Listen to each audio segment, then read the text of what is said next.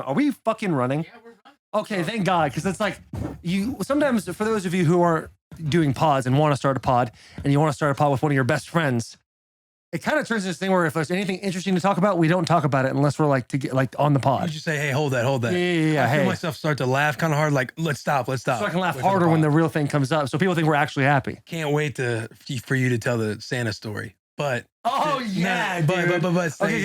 What was it talking about? Roger Stafford. So Roger. Dodgeball. So stuff. the whole the Raw Room guys. If you haven't heard of them, you probably haven't. Daren Bates.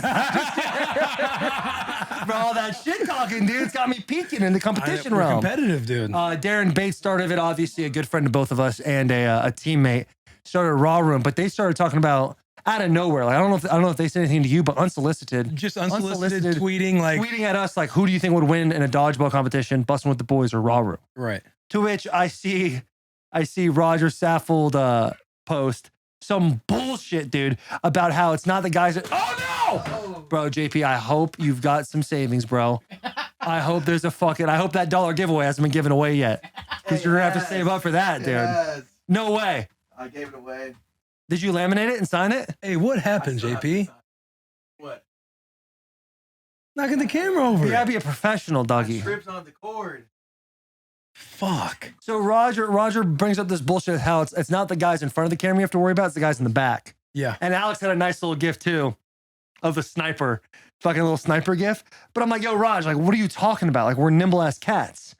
And he's like, you took a burst. I took a shit burst. I was like, yo, he's just subtweeting. He knows I'm on his timeline. He knows I see his shit. Yeah. So he just chirps me. So I say something. And then right after that, Roger has a whole different section, a whole different post about how Taylor Lewan appreciation post. I don't know what to do with it. There it is right there. This is my Taylor Lewan appreciation tweet. Home is still where the heart is. It's like 9 minutes later. Yeah. I'm like, I'm thinking to myself, what the fuck does home is where the heart is have to do with this? You know? Just responding with that little Chris I literally was looking at gifts anywhere and I was like, let me just fucking pull a Chris Farley out, dude. Love Chris Farley. Taylor responded, this is the most disrespectful tweet I've ever read. Because he's like, he could have tagged us. He knows both of us by name. But for sure. But I think he was given like, number one, I think he was siding with Bussin' With The Boys, which in my opinion would be a no contest. It wouldn't even be a game. I don't even want to play dodgeball. I don't even want to do it. That dude. I don't even want to do it, but I just know that like we would win. You know what I'm saying? Like how many guys are in his squad? Because we're rolling deep back there, dude. I got 4, I think. To me, you got 4 total? Yeah. To me, I don't think it matters because, I mean, look at our cats in the back. That's what I think Roger's saying. I don't think it's us you have to worry about. Like, when you're thinking of the faces of this, yeah, obviously, like, we're the faces. But as far as the strength and the power, the muscle behind it, I do think it's our guys behind it. Who's our best dodgeball guy in the back then? Alex. I don't know, probably Alex. Alex played college baseball. That's what that's what they're not thinking about. Bro, Alex, I had no fucking clue you played college baseball. Yeah, you played college ball. I had no idea. Yeah. I had no idea, bro. Yeah, man. Where'd you play? Bryant University. Where's that? Rhode Island. Fuck, dude. Is snow up there? Yeah, it snows up there. A lot. You get a snowball fight ever? Knock a kid out? No. But we have Jesus. Alex. Yeah, we got Alex. And then, like, you know, these guys up front, I feel like are intramural champions at some point. Intramural champions at anything. Yeah. You know what I'm saying? Yeah. Things get a little hectic. Fucking boss pulls out the taser, dude. I called Jack to have like a phone call, maybe about his role or something on Bussin', and it was like crazy. It's like 8:30 at night. Up. Crazy. You just talking about that? No. But we're talking like, about whether or not we're gonna fire Jack. No. We're talking about. Well, because I called Jack because I wanted to say, get your shit and move on. Bring your playbook. Because obviously he's been making those new trailers. Fire trailers, by the way. We're talking about new stuff he was doing, and this is like what 8:30 at night, and he's like, you know, we got to get off soon. I got a basketball game at 9 p.m. No shit. Yeah. Yo, 9:30. You know Tanner Technini. Yeah, I know Tanner. He plays hockey Tuesdays and Thursday nights, hacker hockey. He'll go to like them, and he's just playing with dudes. No shoulder pads, just ripping a puck. For the love of the game. For the love of the game, dude. Do you think you'll be like that when you're retired 10 years from now? No. About football? No, because you're not ever gonna play intramural football. Like, what do you probably never play football again? Probably never play catch again. Kind of sad. Except for like Turkey Bowl. No. I'm talking about. He said when you're retired. We'll unpack that in a second. I'm just talking about intramural baseball. You look like a frisbee golf guy to me. Like whatever you want. I would love frisbee golf's a good time. It's a killer game. It's a great time. All right, Chevy Silverado. I hate when I see the blow is to help, but I don't need to read that part, dude. I don't got to read that. And why am I even trying to read it? Because I already know what I love about Chevy Silverado. Every single day I get up and I go, and I'm not like everybody else who owns a different type of vehicle. I turn my truck on and I know it's going to last as long as I want to drive it, dude. Even the gas mileage is pretty decent. It's a beautiful vehicle. The hard hat cats, every single person who gets in the Chevy just looks at their partner next to him and goes, it's different now. That's it. And that's the way life is when you drive a Chevy Silverado. I used to drive other vehicles. I know you used to also, Will. Even if you drive like a car, like, Yeah. remember yourself driving something different on the highway and you drive up next to like a Chevy Silverado? Yeah. Like if it's kind of busted, you're like, this could be an in here. Yeah. But if it's a clean cut Chevy Silverado, you're like, you have a lot more respect for that person person driving. Like 100%. you think to yourself, I kind of want a truck. Even when I see like a busted up old Chevy, like I'm thinking to myself, that thing's lasted that long because it is a Chevy. 100%. You know what I'm saying? Yeah. Like I used to drive a Taurus when I was a little kid, a little Taurus. And I would get on the highway and I'd see Chevys everywhere as far as the eye could see.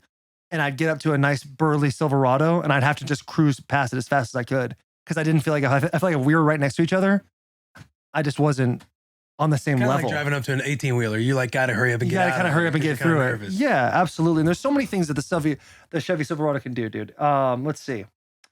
Okay, where's that thing that I'm Start with supposed the to read? most functional bed of any competitor. Where does that say that? In the green right there. Best in class standard cargo volume. If you get a close up on my eyes when I'm trying to read this, that'd be great because I want to see. With Silverado, you get the most functional bed of any competitor. That's what you were saying. Yeah, Don't yeah. laugh already, dude. The fact, Don't laugh I'm like already. trying to like, I'm let's try- start with most functional bed of any competitor. Yeah. Best in class standard cargo volume. What's the intergate do? Tell me what that intergate does. Dude, I'll tell you. The intergate folds to a large step for easily getting in and out of the bed. Available industry first power up and down tailgate. Okay, what? Available industry first power up and down tailgate. So if I want the thing to go down, it does that. But people have that. But nobody has the one where you press the button also and it comes back up. That's a big deal. Or the available multi-flex tailgate we've been telling you about with 6 convenient configurations. This makes the bed of the Silverado work harder and smarter. Yeah, that was pretty good. I did good at that. You did. Chevy's also sponsoring Coach Prime. Catch it Tuesdays and Thursdays at 8 p.m. There's more? No, it was it's got the little highlighter thing on it. So I felt like Silverado, strong, advanced, dependable, and hardworking. yeah, go to your local dealership, let them know the boy sent you.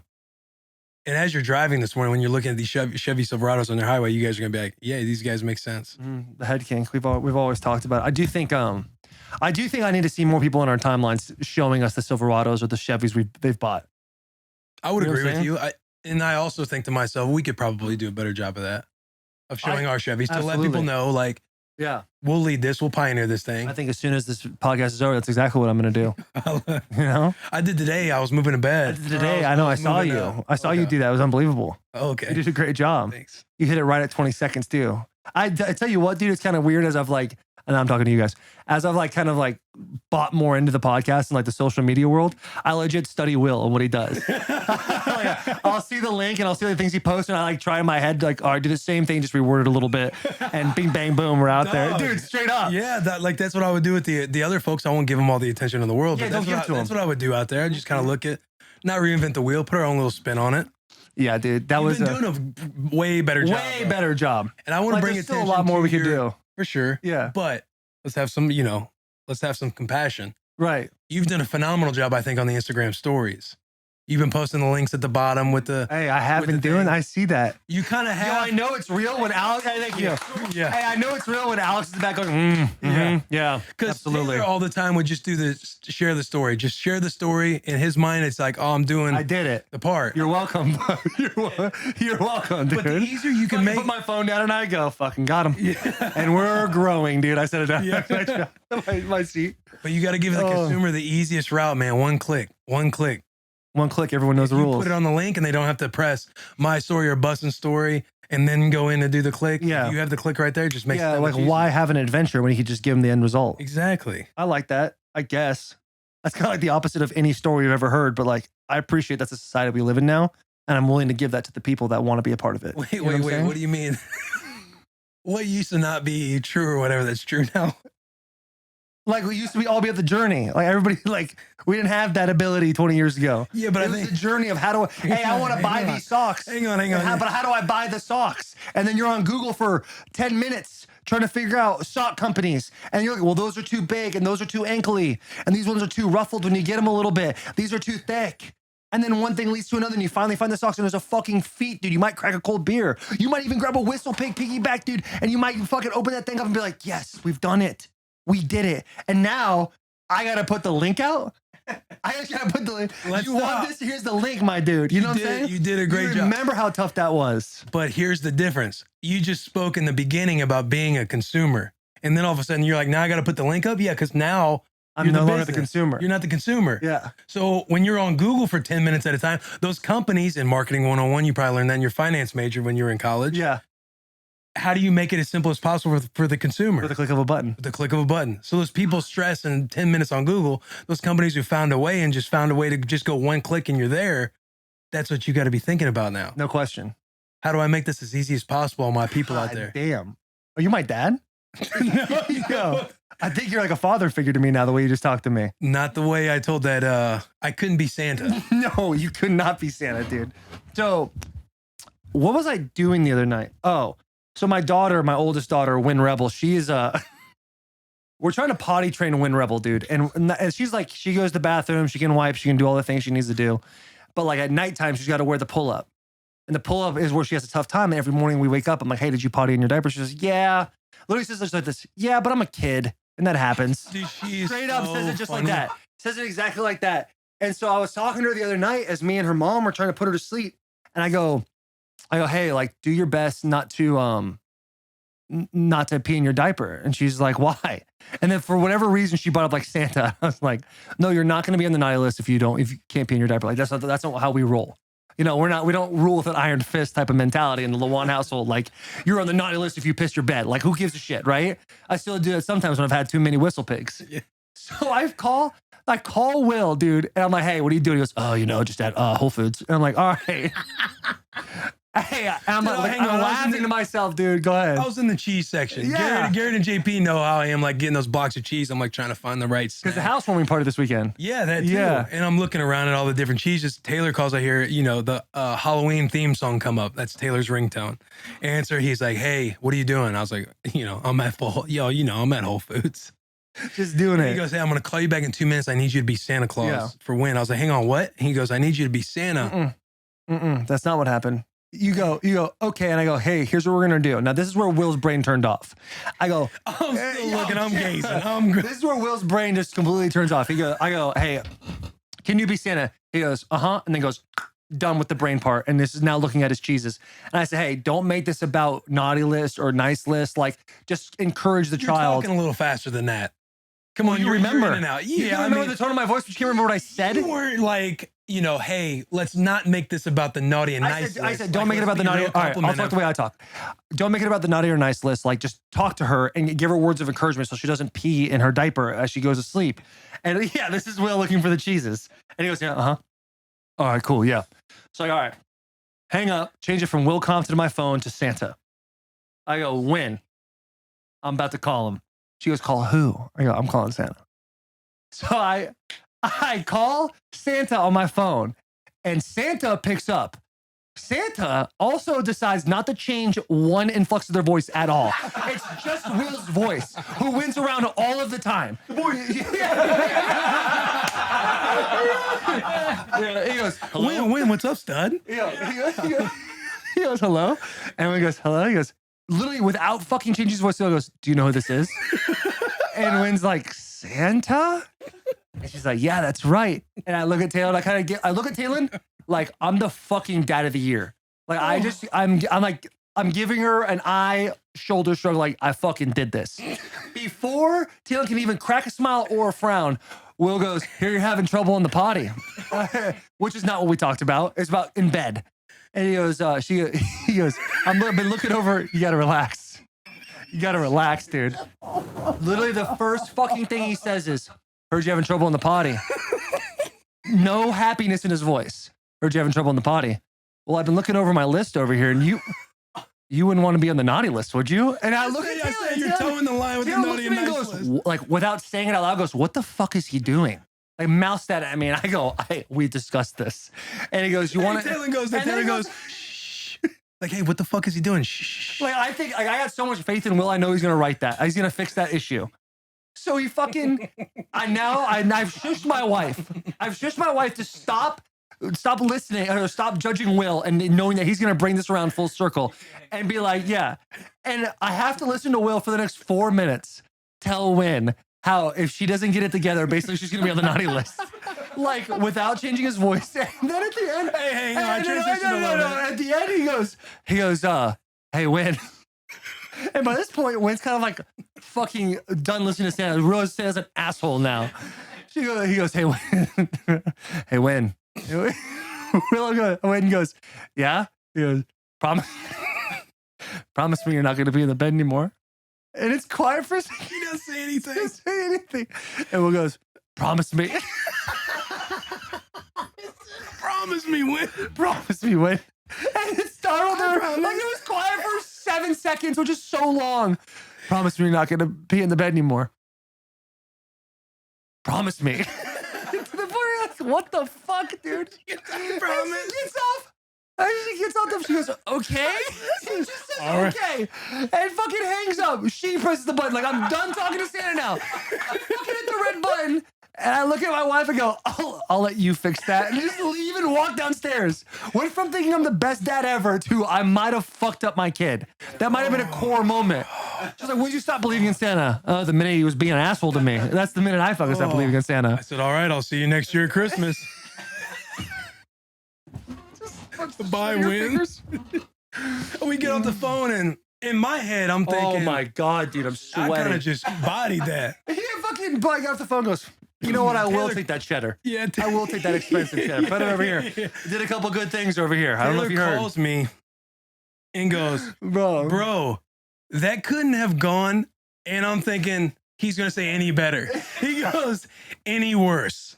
And we just start He laughing. goes, dude, what are you talking about? Like, didn't catch any of the fucking words I Because said, I told dude. you not to mention the naughty or nice list. Yeah. I said, shit, I missed that part. It was the only fucking part. It was the part. Oh, bro. He heard an opportunity to be Santa. He was stoked.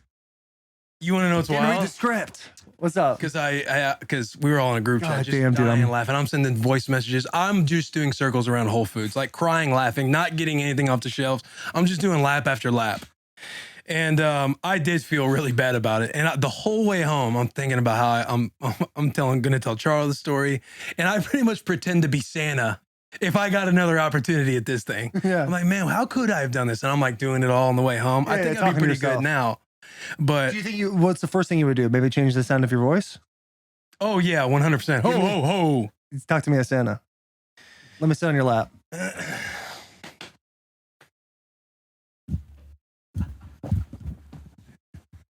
Hi. Hang on a second.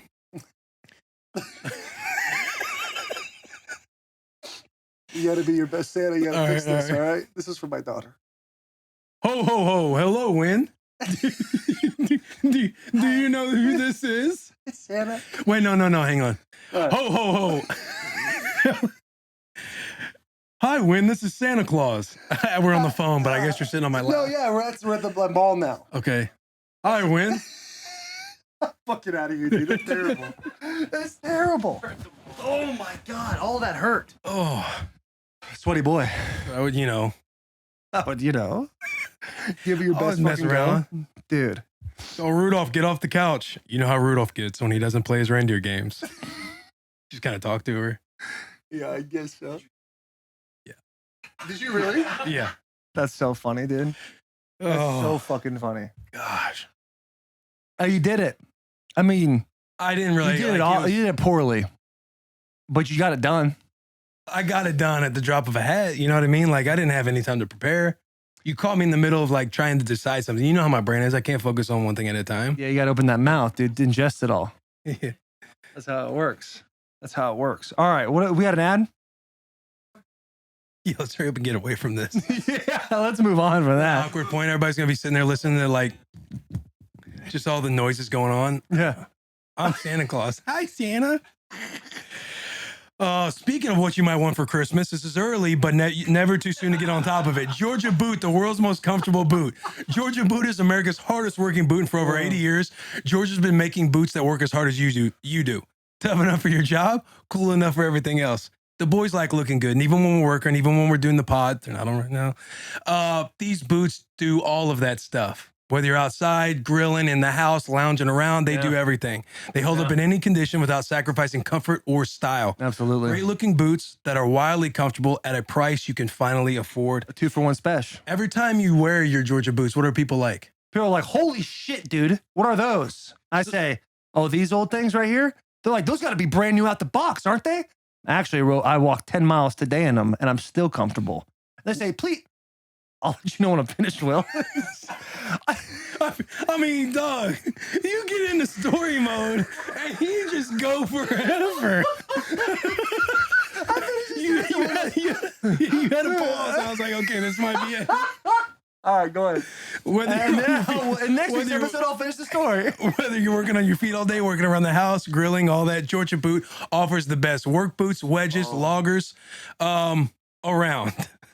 Whether you need a waterproof boot, steel toe, soft toe, square toe, Met guard, non-puncture shank, non-slip sole, they've got it all. Head over to georgiaboot.com. Use code BUSSIN for 20% off. Hey, what's with us today? What do we got going on today? You're excited. I love the energy you got.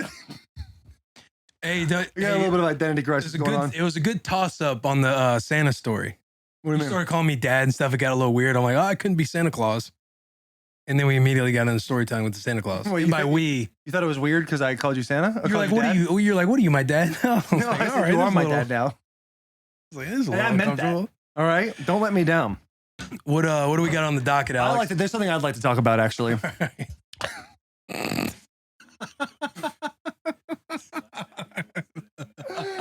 No, fucking. Can we open some windows? I thought we were So fucking hot here, I dude. thought we learned about this. Jack, can you hear about that? Thing. Hey, get yours over there. Oh, Get yours over there, kid. What do you want to talk about? Bro, I want to talk about Yellowstone. oh yes, bro. I I'm need to so talk about glad this you show. finally watched. Dude, fucking late as hell. I know. And honestly, I thought like it was over. I haven't started yet either. Oh my, Alex, you don't even want to fucking start it, dude. It's the best show of all time. Like, you don't want to. It's like when you're watching Yellowstone, and I might blow some minds here. When you're watching Yellowstone, Wait, are you going to spoil? no. Okay. We probably will end up spoiling. Yeah, there'll be a spoiler. If you want to step out, I actually, now that you say, I'm probably going to spoil everything. I don't care. That's fine. There might be a spoiler here too. When you're watching Yellowstone, actually, I am right now. In the first episode, when Casey goes to kill Buddy and goes, in case you didn't know, there's no heaven, and then shoots the guy in the face, you're like, holy fuck. This is like a hardcore Western TV show. Yeah. And then you get 2-3 seasons into it, dude, it's a soap. You know how your grandma, when you're on like Saturdays, Sundays, we used to watch soaps? Yeah. That's what Yellowstone As is. the world turns. What's that? As the world turns, it was a soap. Yeah, Days of Our Lives, One of my any of that grandma's shit. soaps. We'd Any of watch that- it after Price is It's Right. the same thing with a cowboy hat on it. It's the same fucking thing.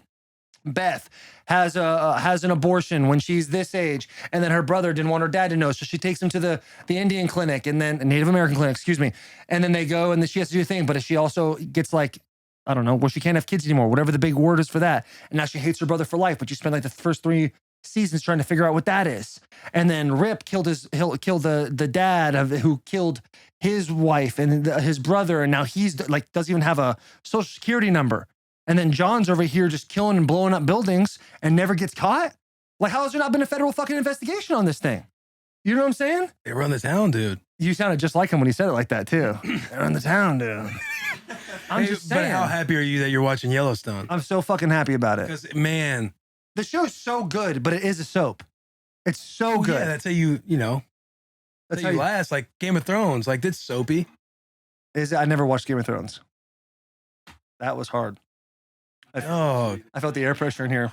Anyway, I guess I got nothing else. Don't come in my mentions and tweet at me about anything, which I know you're already going to do. What's this about? You see Miles Garrett this week?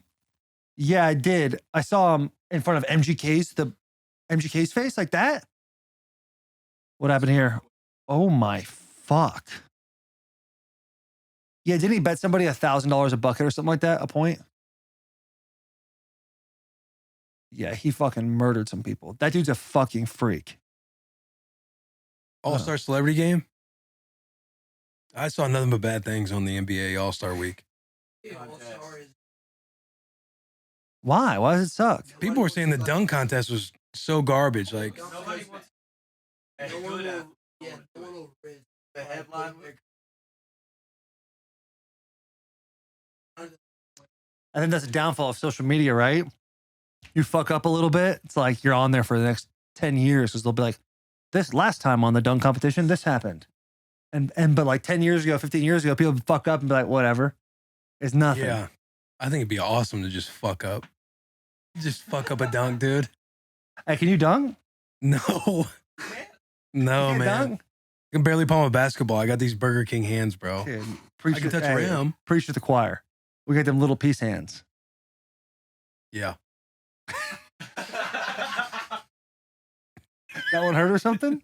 No, I just didn't want to continue to dive into having small hands and just being able to touch the rim. Because I wish I could dunk. You mad, bro? Yeah, I've always wanted to Let be it able out a to. little bit, But dude. I'm Tell me gonna about it. be able to dunk one day because I'm doing that knees over toes. Oh, dude. Yeah, I'm doing that knees over toes guy. did You you know get what I'm the- talking about? Knees over toes guy. Yeah.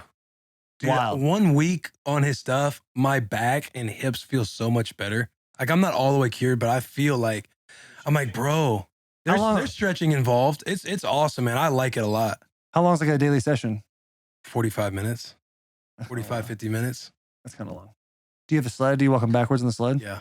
That's how you start every workout. Really? So you start. Yeah. 100 yards for pushing it forward, 100 yards backwards walk. Another day might be 200 yards going backwards. So that shit actually works. Yeah. I mean, I feel good right now. Damn, I might have to get on that because I was And I I'm was listening to their podcast. It's ATG podcast, right? Yeah. I was listening to them, and they don't talk a whole lot about like what you need to do, just like kind of the results that they've had. But this knees over toe guy is literally taking over. He's like blown up. He had like 100,000 followers last year. Now I think he's at 1 million or something like that. Yeah. He got to go on Rogan. Oh, he went on Rogan. Rogan talked about him and then he came on Rogan. Did you listen to the one of him on Rogan? No, I haven't yet. I've followed him for a while, so I kind of like hear his stuff there. Yeah. And then I wanted to kind of know what the programming was. So that's when I bought into that subscriptions just so I could see all the programming. So you did it for 45 minutes. It lasts about 45 minutes, but it's a full workout. But there's so many different programs. So if you're somebody where your knees are hurting, he's got a zero program where it's all body weight. Yeah. Because he gets you to where you're pain free in a lot of this stuff before you get into the next exercise. And then he's got like an advanced zero where you kind of mix in weights, weighted stuff and body weight stuff. Yeah. Then you got the ATG program, the one that he does. You got a dense program where if you're wanting to add more strength, he has that. So he's got like a lot of different he's got variety within the programming.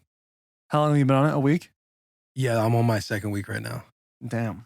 Yeah, I think that might be a thing to do for sure. Dude, my knees and my hips and that low back has felt so much better. In feel like just I've always 1 week. In 1 week.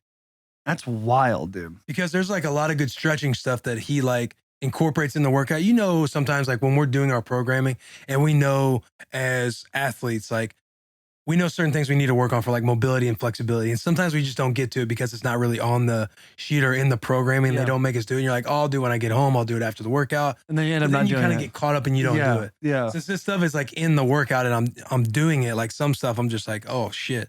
Like there's so many things stretching wise. And I'm like, if I would just stretch more, I would feel a whole lot better. So is this one of those things where you could go and do that and that's training for you, or it would have to do other stuff also, like upper body stuff? Or is it all the same? I add a couple extra things. Yeah. Yeah. You look good. That's nice. Sports clips. When you're working on your knees with a knees over toes guy, go to Sports Clip. Get your hair done too. I don't take my broken phone screen to a mechanic for the same reason I don't trust my hair in the hands of grandma's stylist. I want someone who specializes in me, and the experts at Sport Clips are trained specifically for guys' hair. Long, curly, short, thinning, thick, chubby face, skinny, whatever your look, they know how to cut and shape your hair to fit you best. Afterwards, you may even get a pinch on the cheek from grandma. Wait, what? Huh? Okay. I'm gonna read that again because it threw me off a little bit. Afterwards, you may even get a pinch on the cheek from grandma. Sports Clips, the pros in men's hair. Hey, that was my best read, That was a good read, man. but it wasn't that difficult of a read. Sports Clips low-key gets it too. They actually get stuff done. Like, nice value, bang for your buck, right? Yeah, the MVP experience. Oh, I go there all the time. All the time. Every It's 2 awesome. weeks. Vrabels is always going there. 2:30 on Fridays. Oh, really? Yeah. Damn. See, for me, I'm always growing my hair out until I'm not. Until you have like a. Usually, when you get your hair cut, I've kind of figured it out. You have a photo shoot, a family shoot to do. I don't know if that's the case, I'd have to Because I actually think pay you attention to kinda that. I mean, it's not far off. Yeah, I'm trying to think like, Think about it, you let it grow, and then when you have like a family shoot, like some family photo thing you got to do, that's when you usually clean it up. maybe. I'll have to pay It's not attention to maybe. that. Check out the photos. Oh, what you talking about? Look at the family photos and know when you're clean cut. And then look at any other point in the year, and you look like this. Bro! I'm not saying it's bad. You look good. No, I haven't washed my hair in like 4 days, and I just got done with the workout. So yeah, no, things are rough right now. How, speaking of like, How's it look, JP? bada bing, bada boom. Is it a lot of volume? I'm pretty sure if I just put it straight, it would stay because of the oil. No. Maybe. You know, but you know how it is, though. It's kind of nice when you get the messy look going on. Yeah, that little homeless piece Yeah. involved. I don't care as much vibe. Yeah. Yeah. Yeah. Kill me. End it. Vibe. How's it been? I have so many people send me a photo, and I truly think everyone thinks that they're the first person to send me the photo of you looking like the dude in the Olympics. Oh, Matt Hamilton? Yeah. Yo, I fuck with that. Yeah. Like- Yeah. Go ahead. Yeah, I mean, Is that your doppelganger? I guess so. I mean, you know, Are you happy about that doppelganger? I don't want to come at Matt in any sort of way that would make him feel insecure, but he's an Yeah, Olympian. why would he feel? Yeah, he's an Olympian. Look at that physique. Look at that Bro, the mobility. Talk about the knees over fact that toes, guy. his heel is just like resting at the rest of his body. Like that's like how do you even get in that stance? Honestly, I think it's a great look. I think the lettuce is long and beautiful, but I knew Matt when he had the shorter hair. I think he can go with either one. He's a man that can wear both styles. I love the tattoos. I don't think he had that a few years ago when he was at the Titans. So how you guys look alike, is it more of a compliment for you or for him, you think? I think it's definitely a compliment for him. I was very disappointed that you didn't come up with that meme. I'm going to be honest. When I saw that by the PMT memes yesterday, no, but hearing Jack bring that up, when he's brought up that meme, when I saw that yesterday, when they posted that PMT meme, shout out the boys, I was like, this should be a meme from Jack. And I was disappointed that you didn't think of that. Damn, Jack. Because that's you. You come up with shit like that, bro. God, that's tough. Yeah, I could definitely see that being our love child, though. That was funny. That was I funny. think Matt actually DM'd me a couple weeks ago, and he's like, "Hey, man, I'm sure you're getting sick of it. Everyone comparing us." And I was like, "No, I low-key feel like I'm a part of it.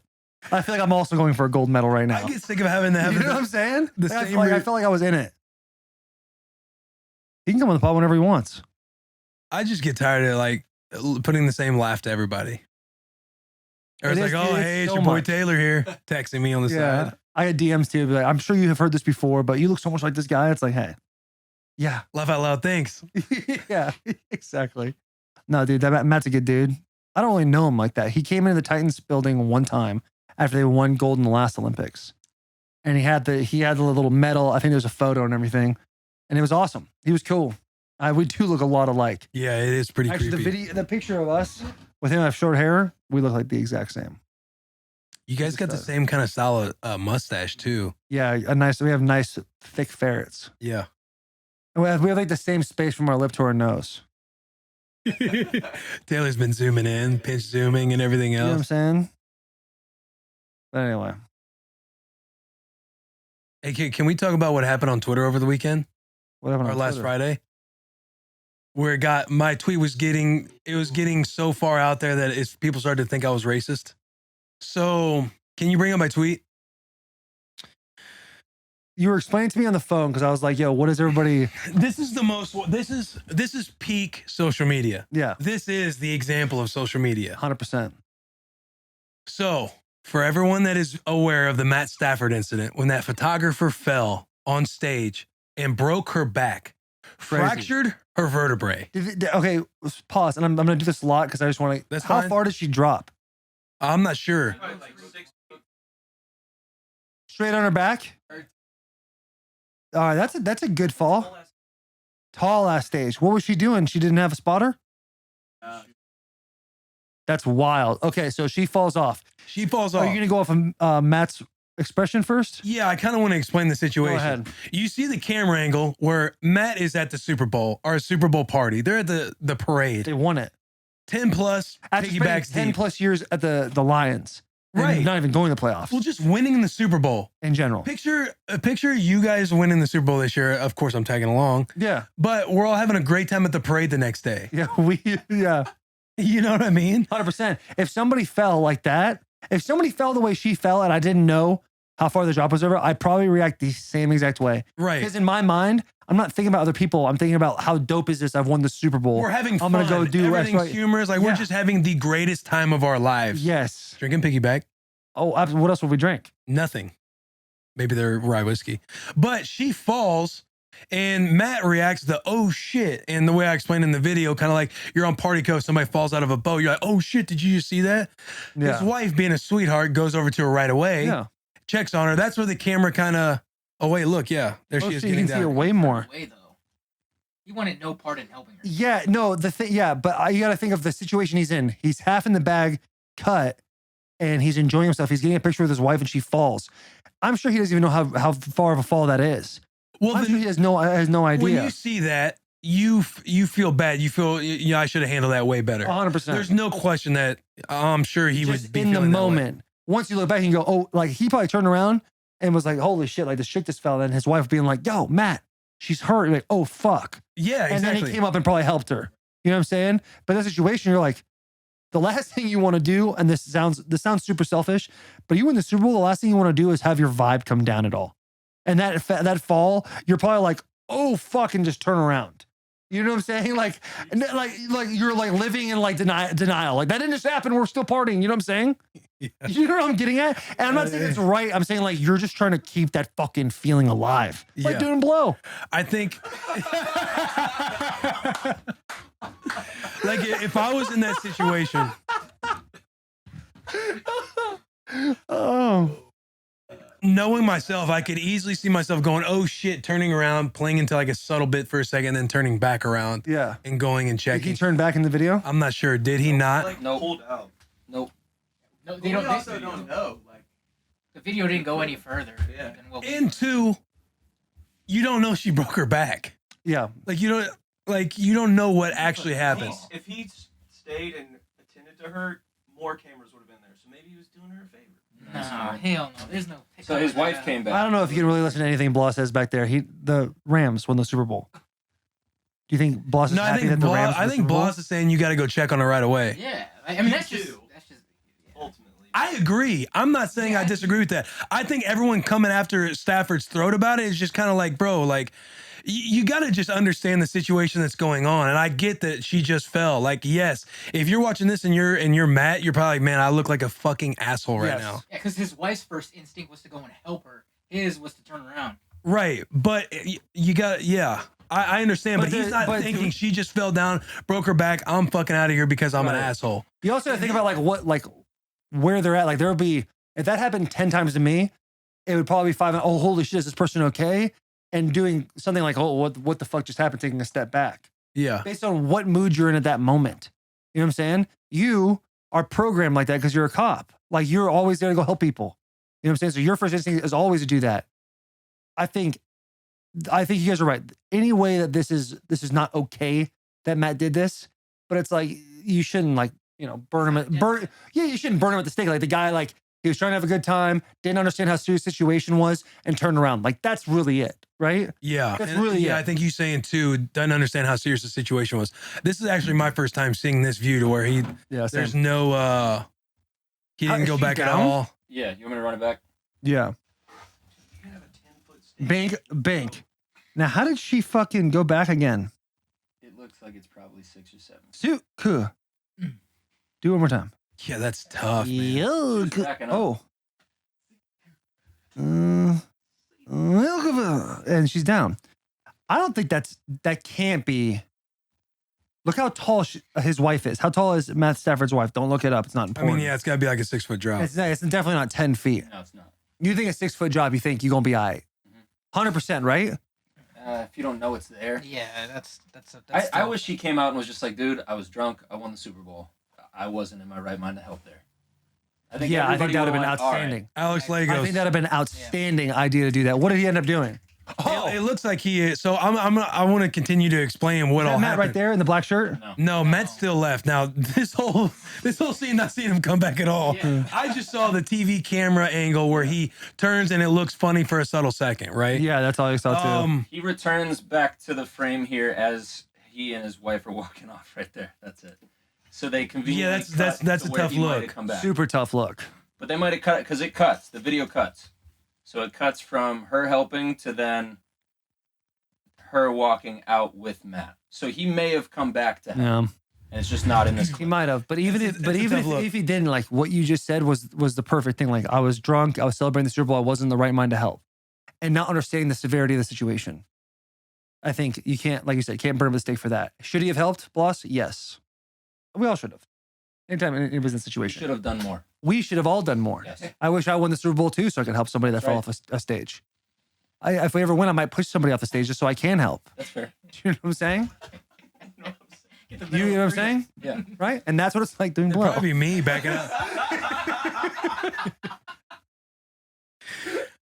So what happens next, dude? 'Cause so- you fucking kill this. So what so happens essen- fucking next, dude? So essentially, what happens is you got Taylor giving his us giving our commentary up there, Bloss in the back saying, nah.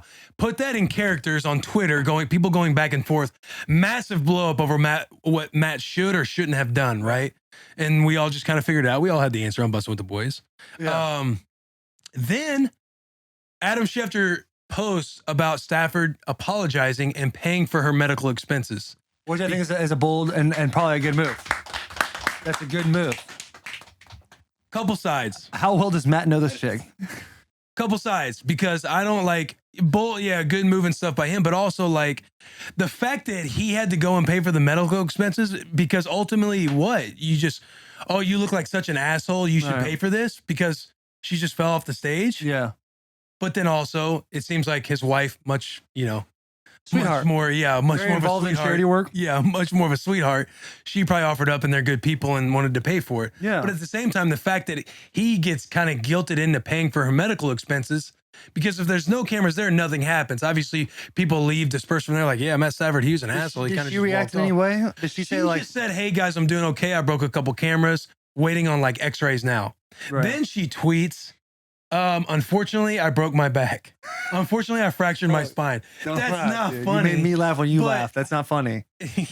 You should be ashamed. Yeah, dude. exactly. But then she tweets, unfortunately, I broke my spine, or I fractured my spine. Uh-huh. Everybody's blowing up about it. Matt gets guilted in, paying all the stuff, doing all the Yeah, things. but why is it Then- about Matt that she fell? That's just how it is, man. People saw the. No, it's an example of Twitter. Yeah, it's the example of Twitter. He's the he won the Super Bowl. He's the quarterback. People are going after Matt Stafford because he was there. He turned around and blah, blah, blah. Then people are so fucking mad about people going after Stafford Yeah. that they try to argue so hard against like Kelly and the other side that they go and dig up her old tweets back from like 2014, I believe. It wouldn't. Right? Who wouldn't? Saying the N-word, saying some derogatory stuff, saying like she had an Asian thing in there. Whoa, she had an Asian. Yeah, she like Saying said something about racist, Asian. derogatory stuff, threw an Asian thing in there. Yeah, like an Like you're making Asian. a soup. A dash of this. Yeah, like, you are a F word. Yeah, you are. Who's she saying that to? Or she just subtweeting somebody with that? And one person retweeted that. yo, I retweeted. But Reply to my effing text N-word. That's in 2013, but digging up her old stuff. Mind you, this chick is just figuring out that she just broke her back. Streaming their And Chinese the next day, language in the within library. 48 hours, Oh, 24 hours, library, she's getting dude. canceled and This drugged. is library. I'm not saying what she's saying. Like, yeah, clearly, like, Yo, who the fuck is quote tweeting this one? LOL these. well, people are probably grabbing it from the other day, not Yeah. like back So then. they're Kelly's not old the tweets. girl that fell. Kelly is the girl. Kelly is the girl. They're both named Oh. Kelly. Almost just shot in the ghetto because C. Davy 4 wanted to F with N-word. That's true. The funny vines. N-words be grabbing anybody. Yeah. I'm crying. Hey, listen, let me finish the story. And we can stop for all the commentary. Yo, that shit She is so fucking she funny. ends up deleting her Twitter because she's getting drugged so hard on social media. Hilarious. And that's fucking Twitter. That's the end of the whole thing. Hey, when you send that video, even if she said those things, We gotta kill her. Dude, that shit was so funny. But is that not a clear example of like Twitter right now? Bro, Or wild. Twitter, period. Not If they right don't now. like just something you're doing, dig it up. dig it up. Dude, so when I got drafted, like the night before I got drafted, my agents texted me and was like, hey, delete these 5 these 5 tweets. Because there was not that strong. Come on. No, I think I called something gay. Like someone posted something and I just like replied gay. You know what I'm saying? But I got like, a you know, couple listen, gays out there. what's that? I got a couple gays out there. Yeah. But I'm saying like, that's crazy that people are thinking about going and digging something back up from 8 years ago. That's wild, dude. Wild. Ah, dude, it's just But also, so those crazy. people are to like, me, it's bro. not, she shouldn't have said that. That wasn't right for her to say that. They're right. She shouldn't have said those things. Right. Shouldn't have said those things. But at the same time, she hasn't gotten the results of her MRI that says she has a broken back. Yeah. Just laid in the hospital. Hey, Kelly, don't check your phone. That phone? Like, what is happening on my phone? People just killing her. And people are like, yo, step up, press conference right now. Fucking apologize. Say fucking sorry and show us how you've changed. Step up right fucking now. Yeah. Yeah, it's wild, dude.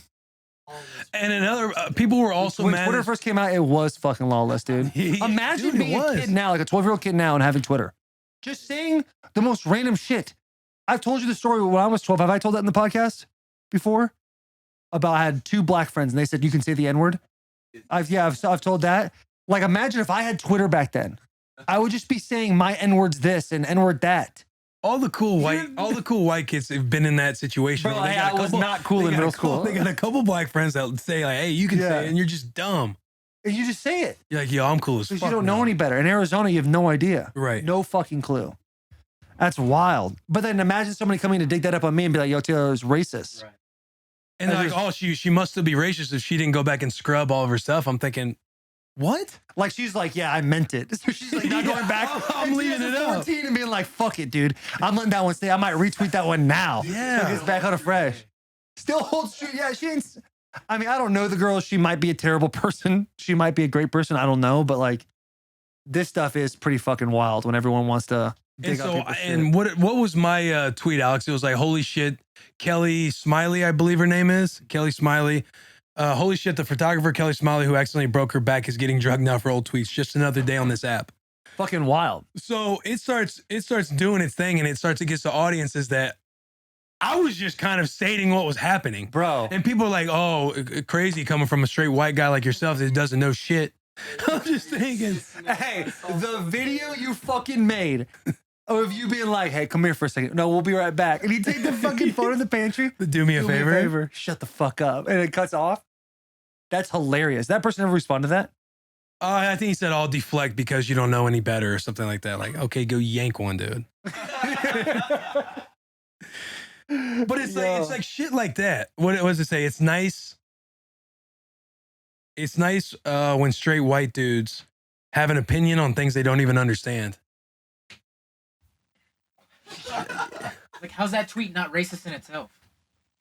It's just All right, like boss. that's where you just had to go get the favor. Enough people must have commented on his profile pic. They were like zooming in on him. He changed it. Oh, no shit? Yeah. He says, "Father, done." Yeah, dude, man, people just want to be vigilantes like that. And like, there's a place for this. Here I am, like playing both sides of the fence. I don't want to yell that. You can do Dog, both these things. At the end of the day, I support man. everybody. Yeah, at the end of the day, man, hate is just anger, Like, if you- hate, extreme emotion like that is just so hard to carry on. Your entire life? Yeah. At some point, the anger ends, right? No, when you die. Right, well, yeah, and then you die an angry ass person, right?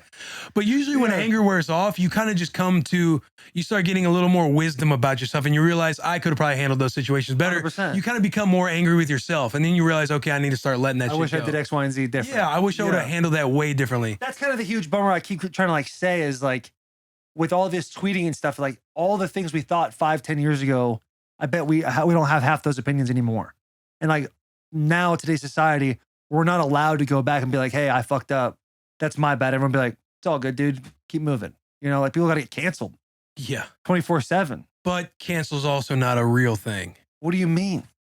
Cancel's not a real thing? You're asking to get canceled by just saying that, bro. I don't think cancel. No, you're right. I think you're right. Cancel's not a real thing. It depends what world you live in. Like if you get canceled as an actor, they really do that shit.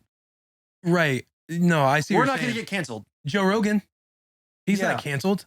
People have been trying to cancel him for years. Yeah, but Joe Rogan, his livelihood doesn't depend on those who are trying to cancel him. He's built his own. He's built his own thing.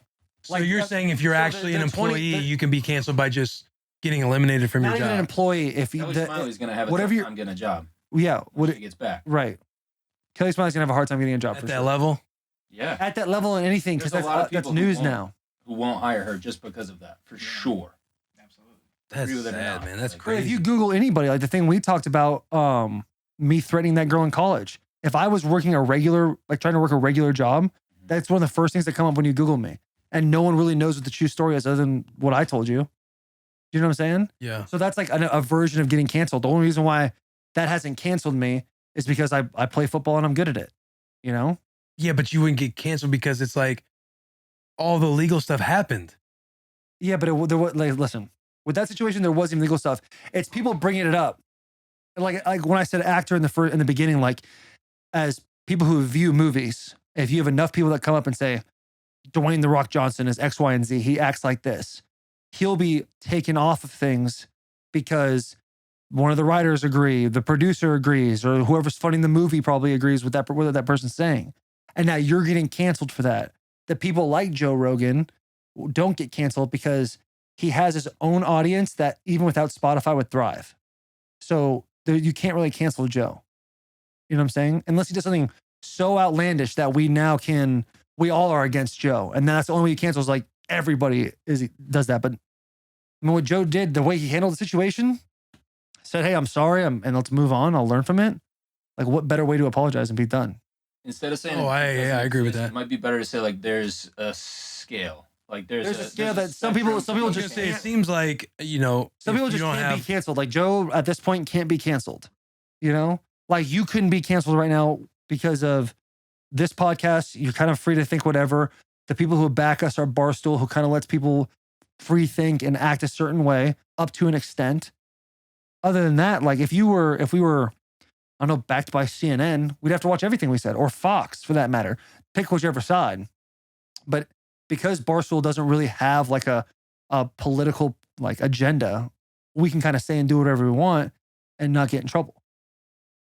It's all about who the masses you're trying to, I don't know, appease. Thank you. That's the word I'm looking for. Yeah. You know what I'm saying?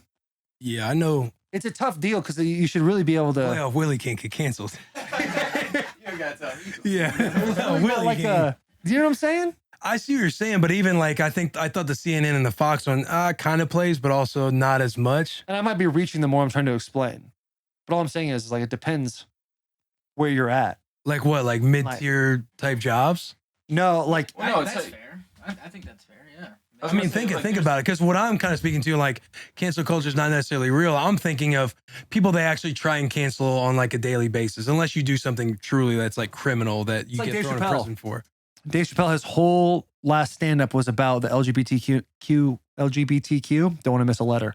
A lot about Community. cancel culture. Yeah, and everyone tried to cancel him after that, but Dave's one of those people you can't really cancel him because he applies both sides like or dislike him. You know what I'm saying? Like It all comes down to the audience. it comes down to the honest. Thank you. I don't know why I couldn't say that. Audiences mad at you for whatever reason. There's companies that market to those audiences, and if they can't be associated with you, then they might tell you behind closed doors, "Hey, well, we love you, man. We love what you do and all that, but like our audience doesn't fuck with you like that, Right. so we can't work with our you." stock's going down. Our If stock's enough this. of that audience to I do feel to you. pressure that, then you are canceled. Good luck making money. You know what I mean? That's why a bunch of people are saying that Joe Rogan should go to, what's the Rumble or whatever where it's like freedom of speech kind of like social media, because Spotify apparently is a left wing app. I don't know enough about politics to say that, but like I think that would be a bad idea, because then like whatever war you're trying to win, left or right, if Joe were to move that, it wouldn't prove any points. Yeah, I think Joe doesn't. I think Joe has been handling it the best. Yeah. People say to me like, why he shouldn't have apologized. It's like, why wouldn't you just say sorry? But again, though, to me, that type of thought process too plays into their anger of what they're mad at. Like, it's like their own thing. Oh, he shouldn't have to say sorry. And it's kind of like, well, if you watch this video, he had a lot of like grace with it. He's talking real well about it. He's kind of saying what he's saying. Yeah. Like it's his own. He can handle it however he wants. Ultimately, not that he doesn't care. He cares enough, obviously, to come out and say it. But I thought he was handling it well. And not that he had to do that or didn't have to do that. I don't think he showed that he had to go do that. Yeah. And people are like, oh, he shouldn't have to apologize. It's like, well, I think you're kind of mad about something else. You're not necessarily 100%. Mad that Joe's apologizing. Yeah. They have no idea what they want, because Israel Adesanya, he came out and backed Joe, and he's an African-American fighter, and he did it publicly on stage, and people were upset at him that he's backing Joe. And it's like, what's the resolution we're looking for here? There's no resolution, dude. It's just fucking, we play this game every year. And I feel like that's kind of something that I guess I was kind of speaking towards, is the people that get talked about are like these athletes and celebrities and high like level people. And usually that's what the conversation revolves around. Like Kelly, to me, this is kind of the first one to where now I do kind of see, oh, damn, yeah, I guess the cancel thing could be real in her world, because this is something that kind of stains her resume on any employer that like wants to hire her, because everyone's so hot out there and behind closed doors. Hey, Kelly, we love you, but we can't. This could be too hot for us. There's also the fact that Twitter is not everybody. Like it's a small chunk of people that are very, very loud. So you have to factor that in as well. That's not what everybody thinks. That's what a piece of Twitter thinks. I agree. If you see something over and over and over again, you're going to believe it. Someone says that this chick's racist over and over and over again. Your mentions are constantly filled. It's like, as a employer, you probably look at it and go, is she? I do think like employers and just people in general are becoming more aware of the fact that Twitter isn't Twitter isn't a representation of what the world is viewing. It's like, what'd you say, Jack? Lawless? It really is, to an extent. Like, it's just fucking crazy out there. And to me, people who say, oh, they should have watched this or they shouldn't have said that, it's like, let's look at your text messages back when you were in high school and college. 100%. Either whether it's about race, about women. I mean, we know, all being men on here, the way you can speak. Bitches. Yeah, the way you can about bitches. The way you can speak about everything. It's like, if we're going an eye for an eye, like, let's scrub everybody's old messages. And it's like, okay, you said all this stuff in private. You know what I mean? Back when we were young and dumb as fuck, dude. Yo, like Dave Portnoy's dick slapping buddy who was trying to cancel him. Did you see that interview? Yeah. And he's like, who's got a fiance that's named so-and-so? And that dude just gets bloodshot red. Like he knows his ass been caught because he said the N-word. Like that's a big thing too, dude. People just want to be fucking vigilantes and not want to look in their closet for skeletons. And they know how they're trying to manipulate the masses on social media. Yeah, we got to hit this fucking ad. This thing's been flashing back and forth. Yeah, let's change the vibe a little bit to that little Tony bedroom vibe. Most guys have tried different ways to last longer in bed, but thinking about football doesn't always work. The folks at Roman, an online men's health company, are changing the game with Roman swipes, the secret to longer lasting sex. Roman swipes are a clinically proven way to last longer in bed. They're effective, easy to use, and fast acting, and don't require a prescription. Roman can ship swipes to you in a discreet, unmarked package, and each swipes packet is small enough to hide in your wallet for whenever you need it. They're super easy to use. Just ask Jack. You just take them out, swipe it on the little boy downstairs, let it dry for a little bit, and you're good to go. He said don't go too quickly because you don't want that residue still on there. You want to let it dry. And that is it. Go to GetRoman.com/bussin. You can get your first month of swipes for just $5 when you choose a monthly plan. That's GetRoman.com/bussin. What a fucking awesome cheat code.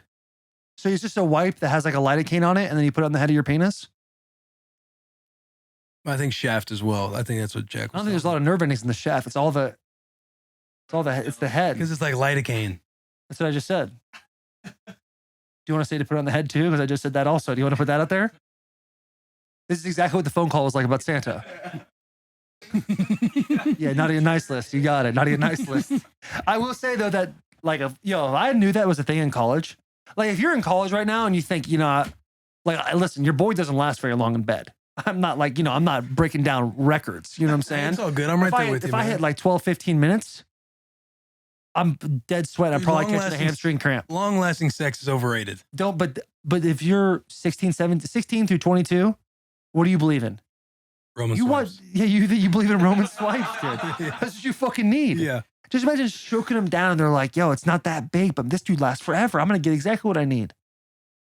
You're a legend on campus. Yeah, it's not big. 2 hours. Just whispers it to her friends. She says, what? Yeah.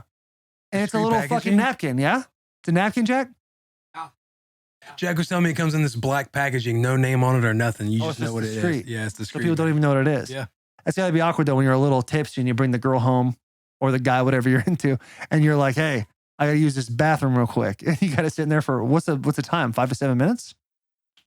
90 seconds, maybe. Really? Who knows? You knows. Yeah, I mean, you know how long something dries. You know how long something dries? Bro, that's fucking hilarious, dude. Yeah, I think that's a genius little deal. Shout out Roman. I might actually even try that. You already used them all up? Yeah, bro, they go fast. Can we talk about this sportsmanship by your boys over at Michigan? Well, yeah, go blue. Let's see it. Have you not seen this? Looks like little white guy's getting mouthy. Just keep watching, man. So Juwan Howard, Wisconsin runs it up on them. They beat their ass by like 14 points. Where's he at? Oh, big. Ooh. Go back. Nah, what? That's how it was? Bah! Dude, sometimes an open hand's more Yo, did he hit disrespectful than the- anything else. Oh, open hand. Open hand's not the somebody? worst. He's an assistant? What? Hey, Ooh. I'll tell you what, dude. First off, want to start off by saying go blue. Even though you guys really let me down. You guys fucking let me down hard on the jersey sales. Nebraska is definitely reigning supreme on this bus right now. But when Juwan Howard hit fucking Buddy, he didn't phase him at all. Didn't fucking, when he gets hit, look at this. Nothing. Yeah. Yeah. He went for the full, and I'm just going to ease into this. I'm going to lose my job. You know what I'm saying? Look. I don't know, dude. Fuck. I mean, if Juwan Howard did it, a stand-up Michigan man, guy probably deserved it. You know what I'm saying? Win with grace, lose with grace. And all of a sudden you're enabling punching people. That's not graceful? That's an open hand slap. That's poetry. Oh, this is a better angle, huh? Yeah, you know what? Here's the deal. I agree with what Will said. Win with grace, lose with grace. But when you hit this guy, if you're gonna fucking hit this guy, Lose with grace. smack his ass, dude. Like he barely even touched him. I know people that would have. I would have beat the fucking shit out of that dude, man. It depends what he said. So, Did you do the arrow thing behind my back, by the way? no, not behind your back. I did it. I just tried getting out of the way of the mic. You're talking about losing with grace, or winning with grace, losing with grace, and your bow and arrowing. I really think that first off, he deserved that. Yeah, I don't win or lose with grace at all. I'm cool with that. I'm cool with that. But it looks like, oh, buddy, the assistant came out of nowhere. He didn't have to be involved in Yeah, that. he hit him with an and another thing. Yeah. Like, even when he was over to, can you bring that video back up, Alex? Even when he came over, you can see that tall white dude was mouthing him, and Juwan Howard is still just looking at the coach, who was probably telling him, I think he said, don't put your hands on me. Like he said, like, don't touch me. I'll slap the shit out of you. You touch me again. That's what Juwan was saying? Or white Probably. boy? And then see, because look, you see how he was looking at him the whole time? The white boy came into the picture Yeah. and started talking shit. What happened after this? Was there a brawl?